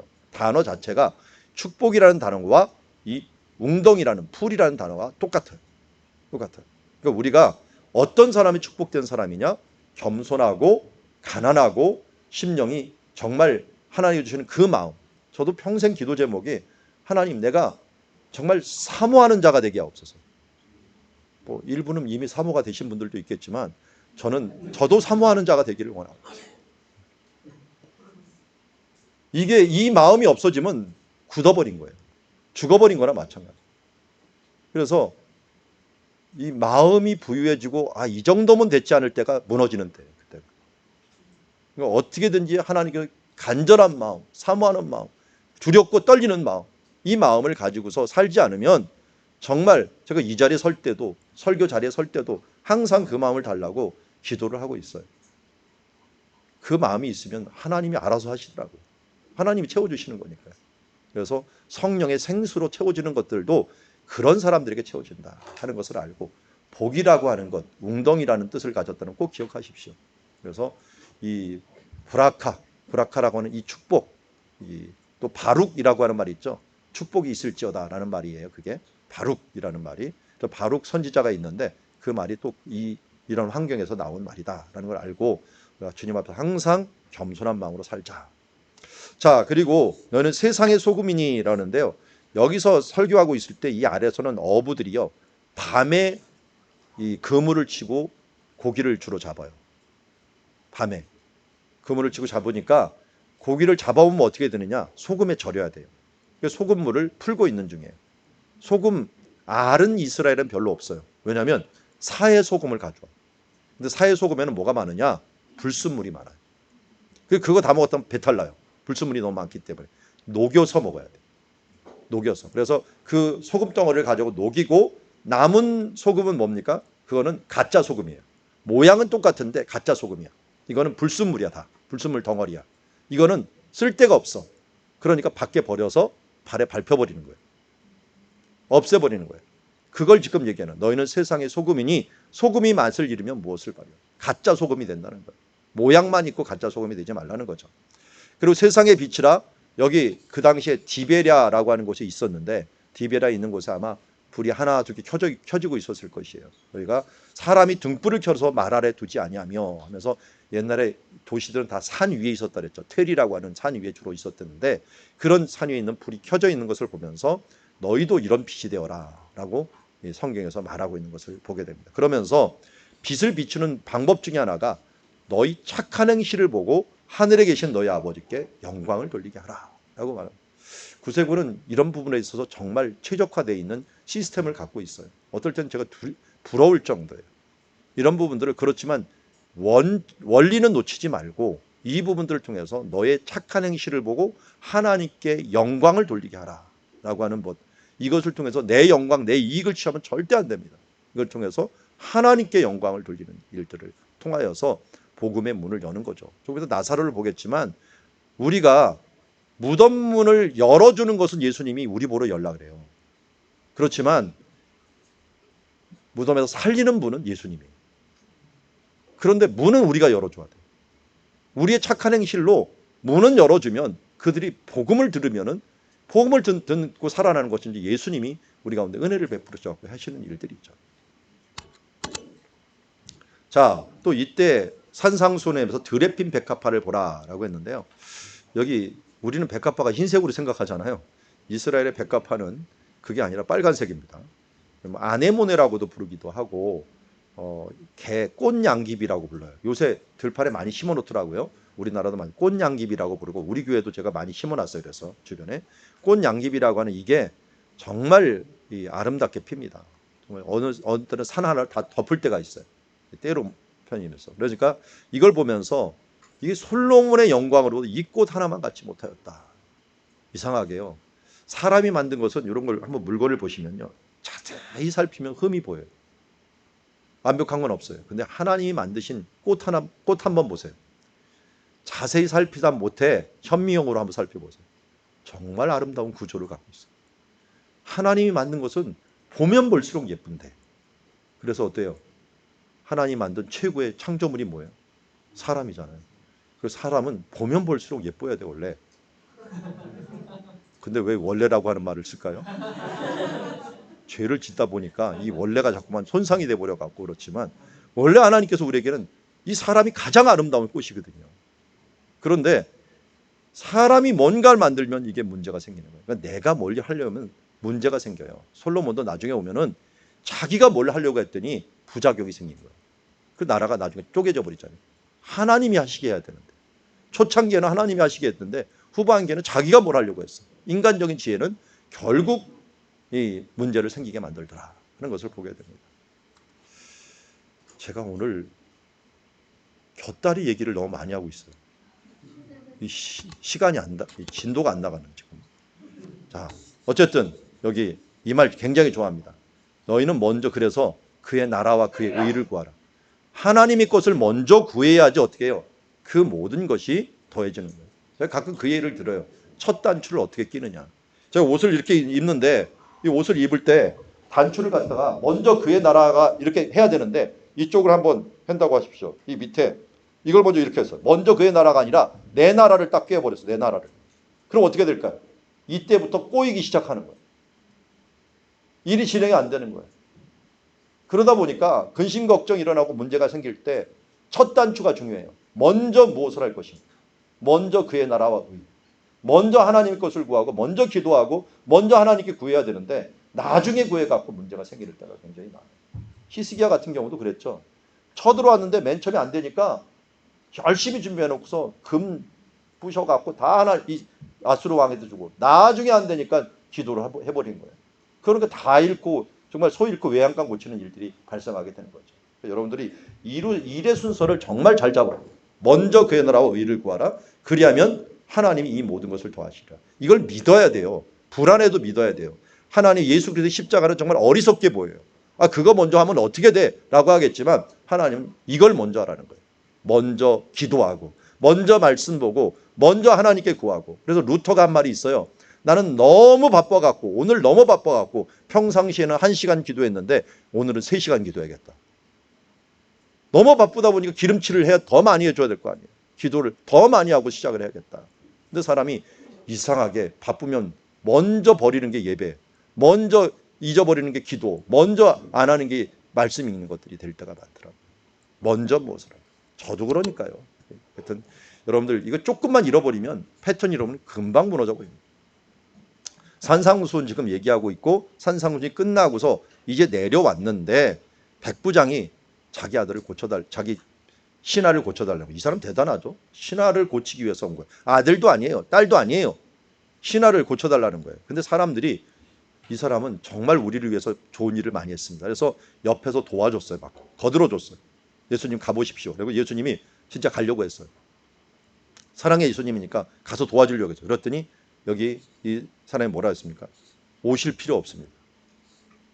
말씀만 하시옵소서. 그러면 내가 낫겠나이다. 왜냐하면 그 원리를 뭐라냐면 나도 남의 수하에 있는 사람이요 내 아래도 군사가 있으니 이더로 가라 하면 가고 오라 하면 옵니다 하고 이것을 하면 하라고 하면 합니다 라고 하면서 무슨 원리를 적혀는 우리는 명령에 살고 명령에 죽습니다. 명령만 하십시오. 그러면 될 줄 믿습니다. 이거는 자기의 직업을 신앙에 정말 최적화시킨 예예요. 우리나라가 그래도 그나마 신앙이 이렇게 성장할 수 있는 것들은 어떤 면에서 박정희 대통령한테 감사해요. 군대 문화가 많이 들어와 있어요. 명령에 살고 명령에 죽는 이 순수한 신앙들을 한때 많이 가졌어요. 부작용도 많았지만 이 순수한 신앙들이 너무 강하다 보니까 그냥 말씀 믿고 그대로 실천하는 그런 신앙들이 그래도 자리를 많이 잡았던 거예요. 이게 백부장 신앙이에요. 이만한 믿음을 내가 이스라엘에서 찾아보지 못했다라고 얘기합니다. 그럼 우리가 그냥 예수님 말씀을 그대로 순수하게 받으면 되는데 한나처럼 엘리가 민망해 갖고 내게 축복이 있을지어다 이렇게 했어요. 왜냐면 너 술 취하지 말라 그랬는데 술 안 먹고 나가 너무 간절해서 기도하다 보니까 얼굴이 빨개진 겁니다 라고 했더니 엘리가 민망해 갖고 하나님께 너를 축복할지어다 그랬는데 그건 그냥 영혼 없는 말이었거든요. 그런데 그 영혼 없는 축복을 한나는 진짜로 믿음으로 받아들인 거예요. 그리고서 갔더니 정말 임신을 해갖고 하나님의 축복을 받은 거예요. 여러분 두 가지가 다 좋아야 되겠죠. 뿌리는 씨도 좋아야 되고 받는 밭도 좋아야 돼요. 그렇지만 누구를 하나를 할 건 없어요. 씨가 조금 안 좋더라도 밭이 워낙 좋아버려요. 이게 열매를 맺을 수 있는 거예요. 옛날에 뭐 썩지 않는 사과 이런 거 들어보신 적 있죠? 그게 영양분만 1m가 넘는데요. 너무 기름지니까 땅에서 기름진 이걸 밭이 너무 좋으니까 이 사과나무 같은 것들이 농약을 주지 않으면 다 썩어버리는데 이런 것들은 썩고 먹다가도 이 스스로 이겨버린대요. 벌레들을 다 이겨버린대요. 그런 영양분이 워낙 좋다 보니까 밭이 워낙 좋다 보니까 우리도 마찬가지예요. 맨 처음 가장 중요한 것은 밭입니다. 내 마음밭이 얼마나 좋으냐가 바로 조금 이따 하는 씨 뿌리는 비유. 씨 뿌리는 비유가 내 마음밭이 어느 정도에 따라서 그에 받는 것들이 열매가 틀려지는 거예요. 오늘은 강의가 별로였어. 오늘은 말씀이 별로. 이거는 밭이 준비가 안 돼요. 제가 이렇게 해도 은혜 받는 사람이 있어. 마음이 너무 잘 준비되다가 그래도 하나님의 은혜로 하면서 갑자기 막 눈물이 주르르 흘리는 사람이 있어. 이건 밭이 준비된 사람. 그런 예배 드릴 때 좀 조시는 분이 있습니까? 오늘도 조는 분 있는 것 같은데 피곤하시죠? 저도 이해합니다. 저도 직장 다녀봤고 또 학생도 많이 해봤기 때문에 너무 피곤해요. 그런데 예배 드릴 때 안 조는 사람이 있어. 맨날 졸았는데 어느 순간 보니까 저 사람 안 졸아 봤더니 나중에 봤더니 이 헌금을 한 1,000만 원을 가져온 거예요. 1,000만 원을 다 가져오고서 이 헌금할 생각에 마음이 막 그냥 가슴 벅차갖고 이 졸음이 어떻게 와요. 그때 내가 하나님 앞에 이 1,000만 원을 드릴 수 있는 그런 기회가 되었는데 이러다 보니까 깨는 거예요. 그럼 우리가 마음밭이 뭔가 하나님께 준비되면요 절대 이 하나님 앞에 서는 것들이 벅찬 가슴이 왜 없냐? 내가 드릴 것이 없으니까. 예배가 결국 결정은 뭐가 되냐면 일주일의 삶이 결정입니다. 일주일의 삶이 예배를 결정하는 거지 그날 와갖고 은혜 받겠다 그냥 한다고 되는 건 아니에요. 그래서 저도 이제는 많이 잊어버렸는데 한동안 계속 기도하는 게 마음밭을 위해서 기도했어요. 내 마음밭도 중요하지만 성도들의 마음밭이 너무나도 중요합니다. 그래서 그저께인가요? 제가 홍정일 목사님한테 전화를 했어요. 이게 저도 생판 한 번도 뵌 적도 없지만 대학생 아니죠. 군대에 있을 때 그 그때는 좀 너무 심했나요? 휴가를 나왔는데 CCC 금식 수련회가 있다는 말을 듣고 저도 CCC 아니었거든요. 근데 휴가를 좀 의미 있게 보내야겠다 그래갖고 CCC 금식 수련회를 군대 그 휴가 첫 휴가를 그걸로 써버렸어요. 그리고 그때 강사가 누구였느냐? 홍정일 목사님이었어요. 물론 그냥 간 건 아니에요. 제 여자친구를 데리고 갔어요. 그래서 같이 데이트를 좀 경건하게 가져야겠다 해갖고 그때 갔어요. 그 여인하고 지금 살고 있습니다. 그러니까 별로 제가 부끄럽지는 않습니다. 그때는 무조건 사귀면 결혼한 줄 알았어요. 그래갖고 정식으로 사귈 때 그게 프로포즈죠. 근데 저보고서 맨날 해요. 프로포즈 결혼하겠다는 프로포즈도 안 받고 내가 결혼했다고 맨날 억울하다 그러는데 저는 사귀자고 한 게 프로포즈였거든요. 그런데 그걸 지금도 저는 계속 해갖고 이 결혼 기념일 때마다 꽃 갖다 바치느라고 좀 괴롭습니다. 프로포즈처럼 또 한 번에 머리 숙이고 무릎 꿇고서 한번 나와 결혼해 주셔서 감사합니다. 계속 하고 있는데 한 번 안 했다고 지금까지 이제 수십 년 동안 지금 고생하고 있습니다. 여러분 남자분들 다 결혼했지만 처음부터 잘하시기 바랍니다. 두고두고 욕 먹더라고요 그게. 홍정희 목사님하고 이제 그 통화를 하게 된 이유가 뭐냐면 안식년 때문에래요. 안식년이 이제 세 번째 안식년을 지나려고 하는데 이제는 좀 교인들을 설득을 하고 같이 좀 진행을 해야 되는데 하나님 이걸 어떻게 해야 될까? 제가 이제 안식년을 하게 된 이유가 홍정길 목사님이 하셨다는 소식을 듣고 제가 존경하는 목사님이라서 그럼 나도 해야겠다라고 해갖고 시작을 했는데 전화하기고 이메일 드리고 전화하기 전에 정말 좀 두려웠던 것은 홍정일 목사님 나도 한 번밖에 안 했어 이렇게 말할까봐 겁나더라고요. 나는 두 번 하고 세 번째 지금 하려고 하는데 이 부분들을 어떻게 생각하시는가 하는 부분들을 하려고 했더니 그래서 겁나갖고 안 하다가 아이 그래도 홍 목사님은 잘 하셨겠지 하고서 전화를 했더니 아니라니까 그분은 평생 동안 하셨다 그러더라고요. 평생 동안 하셨고 그리고 그 부분들을 자기도 맨 처음에 할 때 제일 반대하고 쫓아와서 야 너 미쳤어? 왜 서양 사람처럼 이 안식년을 가지려고 했던 사람이 오카는 목사님이래요. 오카는 목사님 너 미쳤어 하면서 얘기해갖고 왜 가려고 하느냐 지금 교회가 한참 커지려고 하는데 했는데 그분이 다 뒤로 하고서 일단 갔다고 합니다. 그러면서 가자마자 무조건 학교 같은 데 가고 쉬면서 공부하고 이런 일들을 했는데 그러다 보니까 이것저것서 초청이 왔고 가르치다 보니까 자기 몸은 하나인데 가르칠 수 없어. 그러면 같이 모여다오. 그러니까 모이기 시작해갖고 시작한 게 코스타래요. 코스타. 코스타 맞죠? 코스타 그 운동이 그때 안식년 때 시작이 됐고 그리고 그 코스타 하고 나서 또 영국에서 존 스토트 목사님이 목회자 한 40명을 모으고 그 성경 공부를 한다는 것을 들었대요. 그래서 한 40일 정도 공부하는 그곳에 가갖고 또 실겸해 공부를 하고 있었는데 그때 자기 고민, 목회 고민에 대한 부분들 서로 이야기하는 시간이 있는데 그때 존 스토트 목사님이 아주 좋은 말씀을 해주셔갖고 지금도 그것을 지켜고 자기 목회가 변했다 그러더라고요. 이게 무슨 얘기였냐면 자기가 목회하고 한 8년이 되고 나니까 한 500명 정도가 됐대요.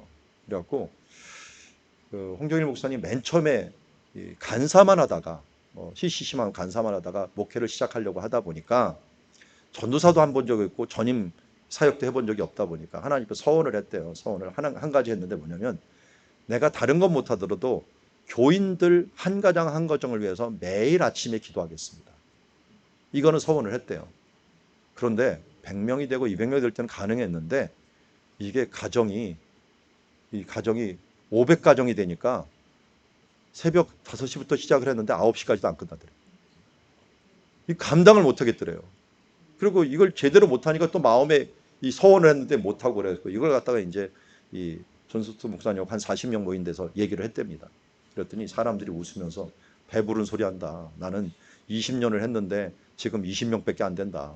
그리고 나는 80명을 물려받았는데 지금 30명밖에 안 된다 하면서 배부른 소리 하지 말라라고 하면서 사람들이 막 하더래요. 그러더니 존스트 목사님이 그걸 듣더니 홍 목사님의 말도 맞는 말입니다. 그럴 수 있습니다. 그러면서 진지하게 얘기하면서 성도들을 모르는 목회자는 비즈니스 하는 겁니다. 그건 비즈니스지 목회가 아닙니다. 라고 딱 얘기를 하더래요. 그때 충격을 받아갖고 자기가 안식년 돌아오자마자 교회를 4개로 잘라버렸대요. 잘라갖고 뭐 남서울 은혜교회 또 무슨 박영선 목사님인가 그분 또 내보내고 하면서 4개로 쫙 잘라갖고 목회자가 알 만큼만 하자 해갖고 그렇게 4개로 자르고 지금은 한 24개인가 25개 정도로 교회가 분립이 됐다고 하더라고요. 그 원칙을 적용시켜갖고요. 그러니까 이 잘 듣는 마음, 이 듣는 마음 그리고 안식일을 지키면서 하나님의 말씀대로 했던 그 부분들이 정말 좋은 열매를 맺었다 하면서 저는 당신은 정말 권장한다. 이 안식년에는 권장하는데 그런데 다 지키는 사람. 제가 제일 힘들었던 건 뭐냐면 나는 계속 지키고 싶은데 지키는 사람이 없어 주변에. 그러다 보니까 애매했는데 그래서 전화를 해본 거예요. 전화를 해봤더니 그런데 자기가 이 남서울교회 나오고 바로 안식년 제도가 없어졌습니다. 그러더라고요. 당신이 이 목회할 때는 부목사님들까지 다 안식년을 줬대요. 다 안식년을 줬는데 당신이 나오고 나니까 장로님들이 당회에서 없애버렸더라고요. 남서울 은혜교회에서도 자기가 또 사역할 때는 있었는데 또 끝나고 나니까 또 없어졌더라고요. 그게 너무 안타까웠지만 그렇다고 제가 나왔는데 해라 말아라 할 수는 없으니까 하지만 당신은 해봤는데 너무 좋은데 이 부분들이 좀 안타깝다라고 하는 말을 하더라고요. 네. 우리는 참 좋은데 못하는 것들 중에 몇 가지가 있는데 이런 쉴 줄을 모르는 것들, 좀 끊을 줄을 모르는 부분들이 있어요. 그래서 저는 이 부분들에서 조금 목회를 볼 때 목회 끝날 때를 한번 생각해 보자. 끝날 때 과연 나는 목회를 바라볼 때 그때 쉬는 게 좋았을 것인가 아니면 계속하는 게 좋았을 것인가. 지나놓고 나면 그게 내 교회도 아닌데 홍 목사님 그 얘기하더라고요. 이게 안식년을 안 하다 보니까 목사님들이 무슨 생각하냐면은 교회가 자기 교회인 줄 안대요. 예수 그리스도의 몸된 교회인데도 불구하고 나도 모르게 자기 교회인 줄 알고 성도들도 그걸 착각하고 있다는 거예요. 예수의 몸된 교회인데도 이걸 잃어버릴 때가 많이 있다는 거예요. 그래서 우리가 이러한 제도를 참 살펴보면서 돌아봐야 된다는 겁니다. 자, 이제 예수님께서 백부장 이야기를 하고 이 나인성이라는 곳이 있는데 나인성은 가버나움에서 이 해변길을 따라서 내려오는 다볼산 옆에 다볼산이 이쪽에 있으면 나인성이 있습니다. 저 그걸 가까이 가볼까요? 다볼산이 있으면 이쪽 모래산이 있는데 모래산 옆에 있는 곳이 나인성이라는 곳이에요. 그런데 이 모래산 건너편이 수냄성이에요. 수냄성에서 무슨 일이 있었다고요? 엘리사가 수냄 여인의 아들을 살린 사건이 있었는데 요 산 맞은편은 나인성이 있었는데 여기서 예수님께서 또 첫 번째 이 기적인 죽은 자를 살리는 소년을 살리는 일들을 하게 된 것을 보게 됩니다. 이게 가능했던 것은 관이 없어요. 이 당시는 관이. 이스라엘은 관 안 씁니다. 원래 세마포로 두릅니다. 왜 그럴까요? 하루 만에 장사를 지내요. 하루 만에 장사를 지내기 때문에 이 관을 안 쓰고 세마포에 있다가 이 무덤에다 넣어놓거나 무덤에 묻거나 하는 일들을 하게 됩니다. 그러다 보니까 잘못하다가 안 죽었는데 넣는 경우들이 있어요. 가끔. 그래서 3일 만에 가서 봐야 돼요. 제대로 있나 없나 하는 부분들을 보고 그 다음에 다시 수습하고. 그러니까 우리는 3오제를 우리나라 하잖아요. 5일날 무덤에 가보는 일인데 여기는 이스라엘 1, 3제예요. 그래서 예수님이 부활했을 때 왜 여인들이 갔느냐? 3일째 되는 날 무덤을 가서 살피는 예식이 있는 거예요. 그러니까 3일째 가서 이 새벽에 가자마자 살펴본 거예요. 그런데 무덤이 비었으니까 난리가 난 거죠. 그래서 그 향유도 가져가고 했던 예들이죠. 그래서 이때 나오는 이게 막 죽자마자 이 소년이 나온 거죠. 나왔는데 예수님께서 이를 청년아 내가 내게 말하는 일어나라 하면서 이 수냄 여인의 아들처럼 여기서 살려내는 기적을 행하면서 부활의 주님의 모습을 보여준 것을 보게 됩니다. 그리고 씨 뿌리는 비유 아까 말씀드렸어요. 우리 마음밭에는 이런 밭들이 있는 거예요. 길가 같은 밭이 있고요. 돌밭 그리고 가시밭, 이 좋은 밭이 있는 거죠. 정말 좋은 밭이면 자동적으로 30배, 60배, 100배 열매를 맺어요. 이걸 이스라엘 가는데 제가 2014년 때 그 안식년 갔다마다 수업 하나씩을 듣는데 그 수업을 이스라엘 듣는데 그 교수가 설명을 정말 잘해주더라고요. 왜냐하면 실물 교육을 하더라고요. 그때 보리가 막 날 때였는데 봄이었어요. 보리를 뽑아왔어요. 다 뽑아와갖고 보여주더라고요. 자, 이 뿌리를 한번 보세요. 뿌리를 한 알에서 어떤 것은 가지가 하나가 나왔고 이 뿌리에서 어떤 것은 가지가 2개가 나왔고 어떤 것은 4개까지 나왔더라고요. 이게 땅에 따라서 틀려요. 땅이 좋으면 한 알이 묻혔는데 여기 가지가 2개가 나오기도 하고 4개가 나오기도 하는 거예요. 그럼 어떻게 돼요? 열매가 이건 30배 열매 맺는 게 이쪽에서는 4개가 열리면서 120배가 열매가 열리게 되는 거예요. 그러니까 얼마나 좋은 땅이냐에 따라서 30배, 60배, 100배 열매를 맺히는 결과가 나온다는 거예요. 물론 길가 이런 것들은 뭐 말할 것도 돌짝밭, 이런 근심, 걱정, 세상에 대한 두려움 이런 밭들은 열매를 맺을 수 없지만 좋은 밭도 차등이 있더라고요. 30배, 60배, 100배가 틀리더라고요. 그러니까 우리가 마음밭을 얼마나 준비하느냐에 따라서 이런 부분들이 결정이 된다 하는 부분들을 알려주고, 그리고 겨자씨는 이걸로만 생각하죠. 유채꽃이 겨자초예요. 겨자초 똑같아요. 씨앗은 우리나라 좁쌀만하다 이렇게 생각하면 됩니다. 그런데 요새 성주순례가 이상한 씨앗을 가져오는 것들 좁쌀보다 더 적은 씨앗이 뭐 있어요? 여러분들 본 씨앗 중에서 채송화 씨 보셨어요? 못 보셨나? 채송화 나중에 보세요. 채송화 씨 열리면 채송화 씨 보면은 어마어마하게 작습니다. 예. 그런데 채송화 씨만 하다 이렇게 말 안 하잖아요. 좁쌀만 하다 말하죠.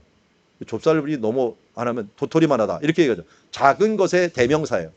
작은 것의 대명사가 이런 유채꽃이 바로 이제 겨자씨인데요. 겨자씨만 하다라고 하는 것들은 작은 것의 대명사예요. 작은 것의 대명사고 이게 자랄 때는 2m, 3m까지 자라요. 그러니까 이 풀들이 나무들이 별로 없으니까 이런 높은 이 풀 속에다가 잠잘 때 여기에 깃들이는 것을 보게 됩니다. 그래서 겨자씨 하나와 같다라고 하는 표현들이 그런 표현이다. 이런 믿음만 있어도 하나님의 나라를 이룬다라고 하는 것도 말씀하고 있고요. 좋은 물고기, 나쁜 물고기가 있죠. 우리 레위기 11장에 보면은 지느러미하고 비늘이 있는 것은 좋은 것이고 그리고 그렇지 않은 것은 나쁜 것이거든요. 그러니까 여기에서 좋은 것을 고른다는 것은 붕어 종류, 이 지느러미 있고 비늘이 있는 그 종류를 좋은 것이라고 말했다 하는 것입니다. 그래서 이 좋은 것들은 하나님의 이게 사람 낚는 어부가 된다는 것들도 그런 표현이 되고 있고요. 그리고 이제 예수님께서 처음으로 건너가시죠. 건너갑니다. 건너가는 그 지역을 갖다가 마태복음에서는 가다라 지방, 그리고 마가복음에서는 거라사인의 지방이라고 했고요. 누가복음에도 거라사인의 지방이라고 얘기했어요. 이 건너편이 그렇게 얘기를 했는데 나중에 여기 군대 귀신 들린 자를 여기서 고치고 난 다음에 이 사람이 뭐라고 했냐면 이 큰일을 행하신지를 데가볼리에 전파했다라고 얘기를 해요. 여기가 거라사인 지방, 가다라 지방이라고 했는데 조금 있다가는 데가볼리라고 얘기를 하는 거예요. 왜 그럴까요? 지역 이름이냐 도시 이름이냐 차이예요. 여기 사는 사람들 이름처럼. 그러니까 우리 그림 지형도 그려봤지만 여기를 데가볼리라고 신약에는 불렀어요. 그런데 중심 도시가 뭐였냐면 거라사였어요. 그래서 거라사인 지방이다 불렀고요. 여기서 바닷가에서 제일 가까운 데가는 10개의 도시인데요. 그 중에서 큰 도시 중에 하나가 가다라였어요. 가다라. 그래서 가까운 데가볼리의 도시를 기준으로 하느냐, 제일 큰 도시를 기준으로 하느냐, 지방 이름을 기준으로 하느냐에 따라서 틀린 거예요. 여러분 입체 지도를 보세요. 입체 지도를 보면은 그 지도에 보면은 이 가다라가 나올 거예요. 가다라. 가다라 보입니까? 갈릴리 바다 바로 옆에 가다라 보입니까? 예, 그 가다라 바라보면서 그게 데가볼리 중에 큰 도시 중에 하나예요. 근데 오른쪽으로 하면 거라사 보입니까? 왕의 대로 있는데 거라사. 이게 제일 큰 도시예요. 그러니까 이 도시를 기점으로 말하느냐 아니면 가까운 가다라를 말하냐, 그 지역 이름이 뭐라고 써 있어요? 데가볼리라고, 신약 시대 때는 데가볼리라고 쓴다 그랬죠. 데가볼리라고 이름을 붙이는 거예요. 그러니까 어떻게 부르냐에 따라서 틀린 것이다 하는 걸 알 수 있고요. 이렇게 모자이크가 발견이 됐는데요. 이게 막달라에서 발견된 모자이크예요. 모자이크에 이 노가 세 개가 있죠. 양쪽으로 세 개가 있죠. 제자들이 몇 명입니까? 12명. 그러면 몇 교대 하면 돼요? 딱 2교대 하면 되죠. 그래서 예수님의 제자들 주로 출신이 뭐예요? 어부죠. 예수님이 왜 어부를 불렀는지 아시겠죠? 이거 갈릴리 바다를 유용하게 사용하고, 또 이 배 주인, 선주의 아들들이라든지 아니면 배 주인을 선택을 해서 그 배를 많이 사용했던 것 같아요. 그래서 이 고기도 잡고 왔다 갔다도 하고 이렇게 잘 사용했던 것 같습니다. 그런데 제자들이 이때는 우쭐했을 것 같아요. 예수님은 목수 출신이니 당신보다 내가 이 배 하나는 잘 다룹니다 하면서 우쭐하는 순간 예수님께서 풍랑을 일으켜갖고 그들을 바닥으로 막 떨어뜨려 버립니다. 맨 처음에는 예수님 부를 생각도 안 했어요. 왜? 자기네가 더 잘하니까. 예수님 불어봤자 무슨 이 유익이 있어요. 그런데 나중에 안 되니까 예수님이 그래서 잠자고 있었죠. 잠자고 있었는데 우리가 죽게 된 것이 보이지 않습니까? 하면서 그를 깨우시자 예수님께서 바람을 잠잠케 하고 고요케 하게 합니다. 제가 아까 처음에 전제를 했죠. 예수님이 자기를 위한 기적은 하나도 행하지 않았다고. 이것도 왜 그렇겠어요? 제자들을 믿게 하기 위함이죠. 제자들을 훈련하기 위함이에요. 우리가 이것만은 내가 하나님을 의지하지 않아도 되는 거, 이거 하나님이 벌써 이거부터 쳐버립니다. 나 건강하는 자신 있어. 이거부터 칩니다. 겸손하십시오. 뭐든지 겸손해요. 특히 자기가 잘하는 거. 나는 미모가 자신 있어. 이런 분들 조심하십시오. 갑자기 미모가 날아갈 수가 있습니다. 그러니까 이 겸손하게 하나님 앞에 서 나아가는 부분들이 필요하고요. 이걸 통해서 뭘 할 수 있냐면, 예수님께서 베드로 보고 사람 낚는 어부가 되라 그랬잖아요. 사람 낚는 어부다는 것은 이 바다가 어떤 의미냐면 세상이라는 거예요. 세상에서 그들을 구원하는 어부가 되라라는 것이고, 여기 갈릴리 바다는 계속 세상입니다. 세상을 잠잠케 했다는 거 뭡니까? 예수 그리스도의 이름의 능력이 세상을 모두 잠잠케 할 수 있다라고 하는 부분들을 보여주고 있는 것입니다. 세상을 우리가 다스리는 능력이 있다라는 것을 보여주는 거죠.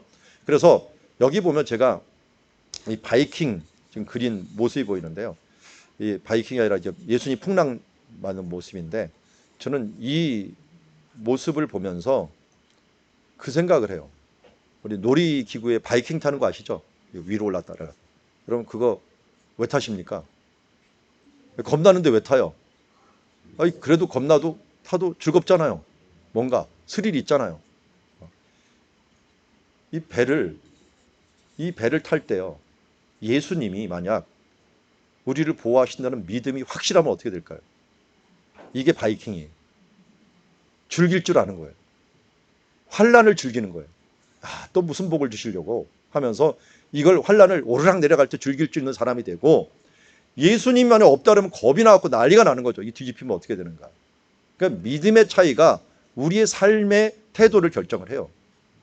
아무리 어려운 일이라고 풍랑이 일어나더라도 예수님이 나와 함께 계시고 합력하여 서로를 이루신다고 했는데 뭔 걱정이야 라고 하는 사람이 있고, 어떤 사람은 그것 때문에 악을 쓰면서 이거 예수님 이럴 수가 있습니까? 나에게 왜 이런 시련을. 욥기 요새 나온 책 하나 보니까 제목이 아주 좀 대단하더라고요. 이번에 책 보니까 하나님 나한테 왜 이러십니까? 이렇게 제목을 정했더라고요.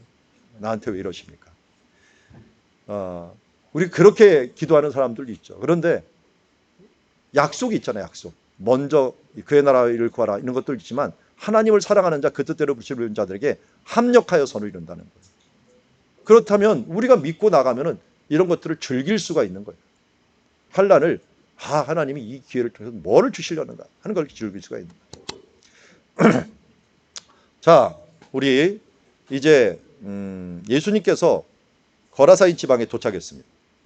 가다라 지방에 도착했는데, 여기에 귀신 들린 사람들이 있었어요. 마태복음은 둘이라고 하고 마가복음은 한 명만 얘기를 해요. 한 명이 좀 도드라 보였던 것 같아요. 그런데 도착할 정도가 어느 정도겠습니까? 예수님이 주로 사역이 끝나고 가기 때문에 좀 어둑어둑해질 때가 있을 때고요. 도착을 했는데, 근데 여기에서 갑자기 예수님이 이렇게 오고 있는데 귀신 들린 사람이 어디서 나오냐면 동굴에서 나오는 거예요. 왜냐면 여기는 사람들이 뭐냐면 무덤 사이라고 했는데 이건 우리나라 번역이고요. 원어에 보면 무덤 안에서. 아니 무덤 안에서라고 번역을 하면 우리나라 사람이 이해가 이상하잖아요. 갑자기 무덤이 휙 열리더니 거기서 귀신이 나오는 것처럼 느끼게 되니까 우리가 모르는데 여기는 뭐예요? 이스라엘은 동굴이 무덤이었으니까 무덤 안에서 이렇게 탁 튀어나온 거예요. 탁 튀어나오니까 제일 놀란 사람은 제자들이죠. 예수님이 미리 알고 있으니까 덜 놀랐겠죠. 근데 제자들이 기겁을 했겠죠. 거기다가 쇠사슬을 끊는 이 힘이 있는 귀신의 능력이 있는 사람이 왔는데 이 귀신이 예수님을 알아보고서 어떻게 했어요? 알아서 우리를 좀 쫓아내지 말아 주십시오. 얼마나 귀신이 많이 들어왔는지 군대가 5천이거든요. 5천. 이 사단이 한 5천 마리 귀신들이 들렸다라고 할 정도로 이름이 붙일 정도로 군대 귀신이 들린 거예요. 그러니까 예수님한테는 벌벌 떠니까 제발 우리를 지옥 불에 던지지 말아 주십시오. 하다 보니까 저 멀리 뭐가 있었어요? 저 멀리 뭐가 보입니까? 돼지떼 보이시죠? 믿음의 눈으로 보세요. 믿음의 눈으로. 몇 마리 되는지 보이십니까?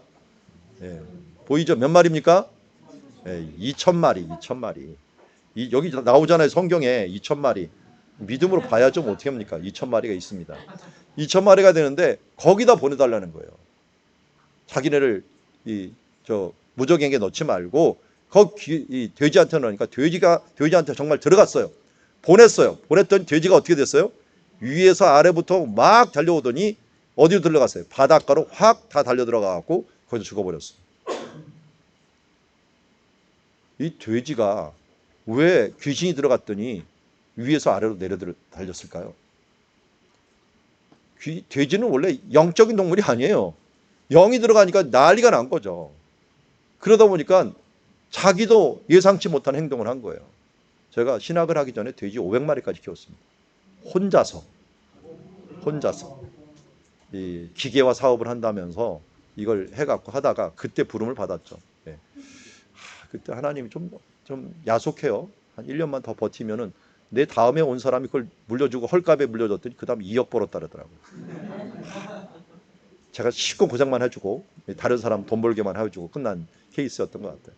그런 저는 더 좋은 것을 받았죠. 더 좋은 것을 받았는데 어쨌든 이 돼지 습성을 너무 잘합니다. 제가 키워보니까 돼지는요 앞다리가 짧아갖고 절대로 위에서 아래로 안 내려옵니다. 이제 굴러 떨어져요. 잘못하다가. 그러니까 내려올 때도 지그작으로 내려와 봤죠. 그래서 올라갈 때는 무조건 위로 잘 올라가요. 뒤가 튼튼하니까 올라가는데 그래서 저는 뭐 이 용접이나 이런 거 다 배웠는데 하다 보니까 초짜니까 용접이 약하잖아요. 돼지 코가 엄청나게 강해갖고요. 심심하면 이 용접되는 데를 막 비비는 거예요. 비비면서 코로 막 비비다 보면 용접이 뚝 떨어지는 거예요. 그러면 때는 이때다라고 이 돼지가 나와갖고 산 위로 올라가요. 옆에 산이 있었는데 나지막한 산인데도 올라가 버리면 이제 하루 다 새는 거예요. 이놈이 위에서부터 막 안 내려오려고 그래. 안 내려오려고. 그냥 쇠파이프를 가져와갖고 막 치는데도 안 내려와. 그럼 어떻게 돼요? 할 수 없이 지그작으로 내려오는 거예요. 지그작. 죽어도 안 내려와. 죽어도. 쇠파이프를 쳐도. 어떨 땐 너무 쳐서 피가 나더라고. 코가 강하니까 코를 쳤더니 코에 피가 나오는데도 안 움직여 절대로. 할 수 없다. 이게 넌 본성이니 할 수 없다. 그래서 지그작으로 내려와갖고 하루 다 날샌 적이 있는데요. 이 돼지가 지금 위에서 아래로 내려왔으니 이게 어찌 된 일인지 모르겠어요. 왜 이게 위에서 내려왔죠? 네, 귀신 들렸으니까. 돼지도 미치면 못할 일이 없더라고요. 미쳤으니까 이렇게 해야 되는 거예요. 미쳤으니까. 돼지도 미치면 못할 일이 없는데 심지어 우리는 귀신이 아니라 성령에 취한 사람이잖아요. 고린도서 12장 3절 성령이 아니오고는 예수를 주라 할 수 없다라고 했는데 우리가 예수님을 주라고 신한다면 성령님이 계시는 거잖아요. 성령님이 계신데 우리가 못할 일이 뭐가 있겠어요. 귀신 들린 돼지도 못한 일이 없는데 우리는 가끔 그 말하죠. 나는 원래 못해요. 이런 사람 미쳐봐야 아직 덜 미쳐서 그래. 덜 미쳐서. 성령으로 미쳐야 되는데 덜 미쳐갖고 나는 성격이 원래 그래서 원래 내 기질이 그래서 이런 말 성령 안에서 못해요. 하나님이 허락하십니다. 이것도 하고 저것도 하리라 라고 하는 말로 우리가 나가야지. 이 돼지를 보면서 얘기해요. 돼지는요 사실은 이 지역에 뭐였냐면 제물이었어요. 제단에 드리는, 귀신들에게 드리는 제물이 대부분 돼지였어요. 그래서 유대인들은 돼지를 안 키웠죠. 여기 돼지가 있다는 건 뭐예요? 이방 지역이라는 걸 알 수 있어요. 예수님이 온 지역이 데가볼리가 이제 이방 지역이구나 하는 것을 알 수가 있고요. 이방의 제물들을 아예 다 없애버리는 그런 2,000마리가 없어지는 그런 일이었다. 그래서 근데 이때요 사람들이 예수님이 오는 것을 나중에 데가볼리 사람들이 와서 좀 거부해요. 우리 마을에 들어오지 마십시오. 왜 거절했을까요? 이렇게 병자가 고쳐지고 가는데 한 명 고치는데 돼지 200마리가 2,000마리가 죽었어요. 그러면 어떻게 될까? 우리 옆에 귀신 들 사람 또 있는데 그 사람 죽이느라고 우리 돼지가 얼마나 죽을까 하는 상상이 되는 거예요. 그러니까 예수님은 제발 우리 돼지를 위해서라도 오지 말아 주십시오 하면서 부탁을 한 거예요. 그러니까 세상 사람들은 뭐냐? 돈 때문에 사람을 죽이기도 하지만요. 돈 때문에라도 아무리 좋은 능력이 있고 좋은 복음이라도 거절을 하는 거예요. 그러니까 교회에서요. 아무리 좋은 복음을 전하더라도 돈 얘기하면 시험 들어요. 그 사람의 기준이 그거기 때문에. 데가볼리 사람들이 그거였어요.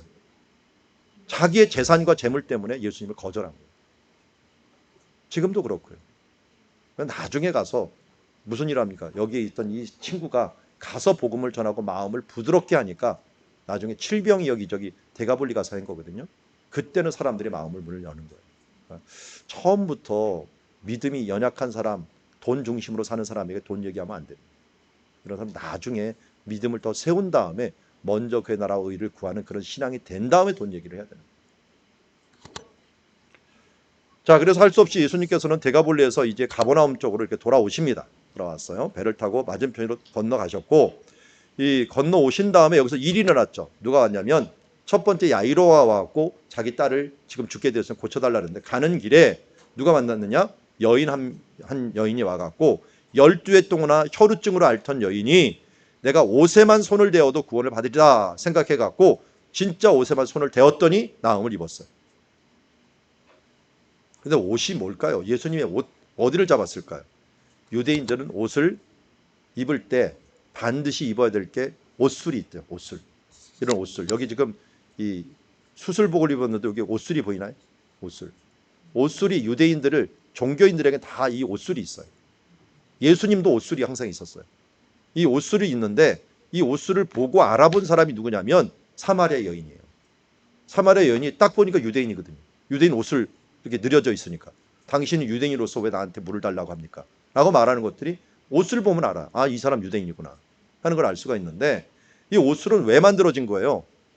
정탐꾼 보냈는데 광야에서 정탐꾼 보냈는데 사람들이 믿음의 눈으로 보지 않고 인간적인 눈으로 왔다가 결국 40년 동안 광야 생활을 했대잖아요.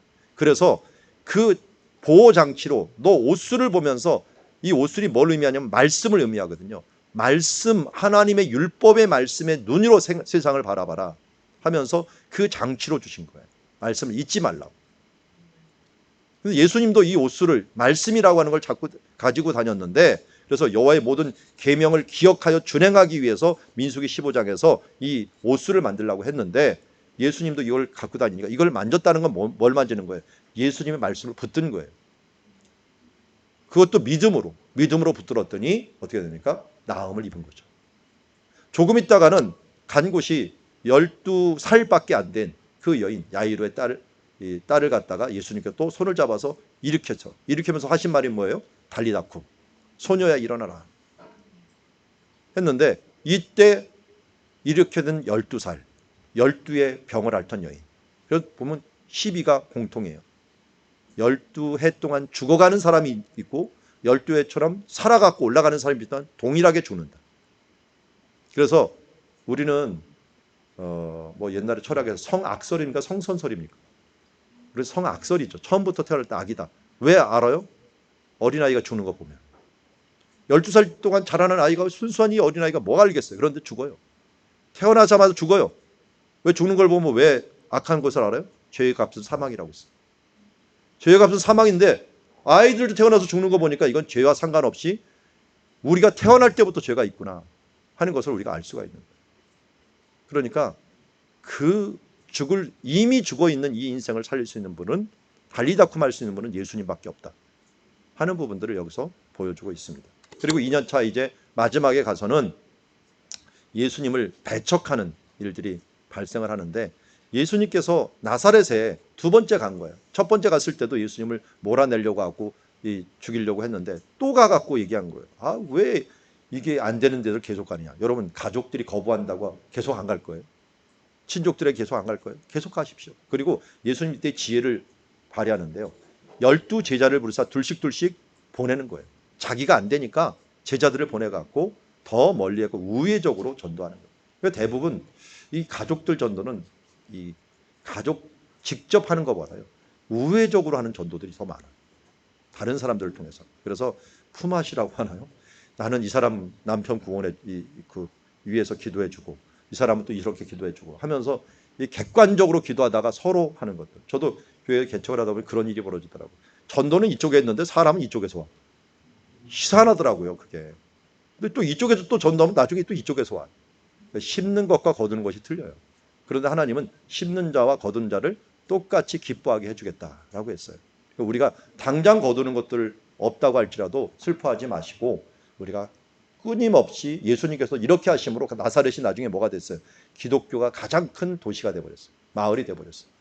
그렇게 된 것들은 끊임없이 뿌렸고 우회적으로 뿌렸더니 이런 일들이 일어났더라 하는 것을 보게 됩니다.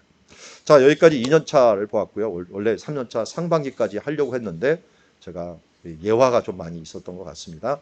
이제 10분 정도 쉬시고 한 단계 늦어도 시작을 하도록 하겠습니다.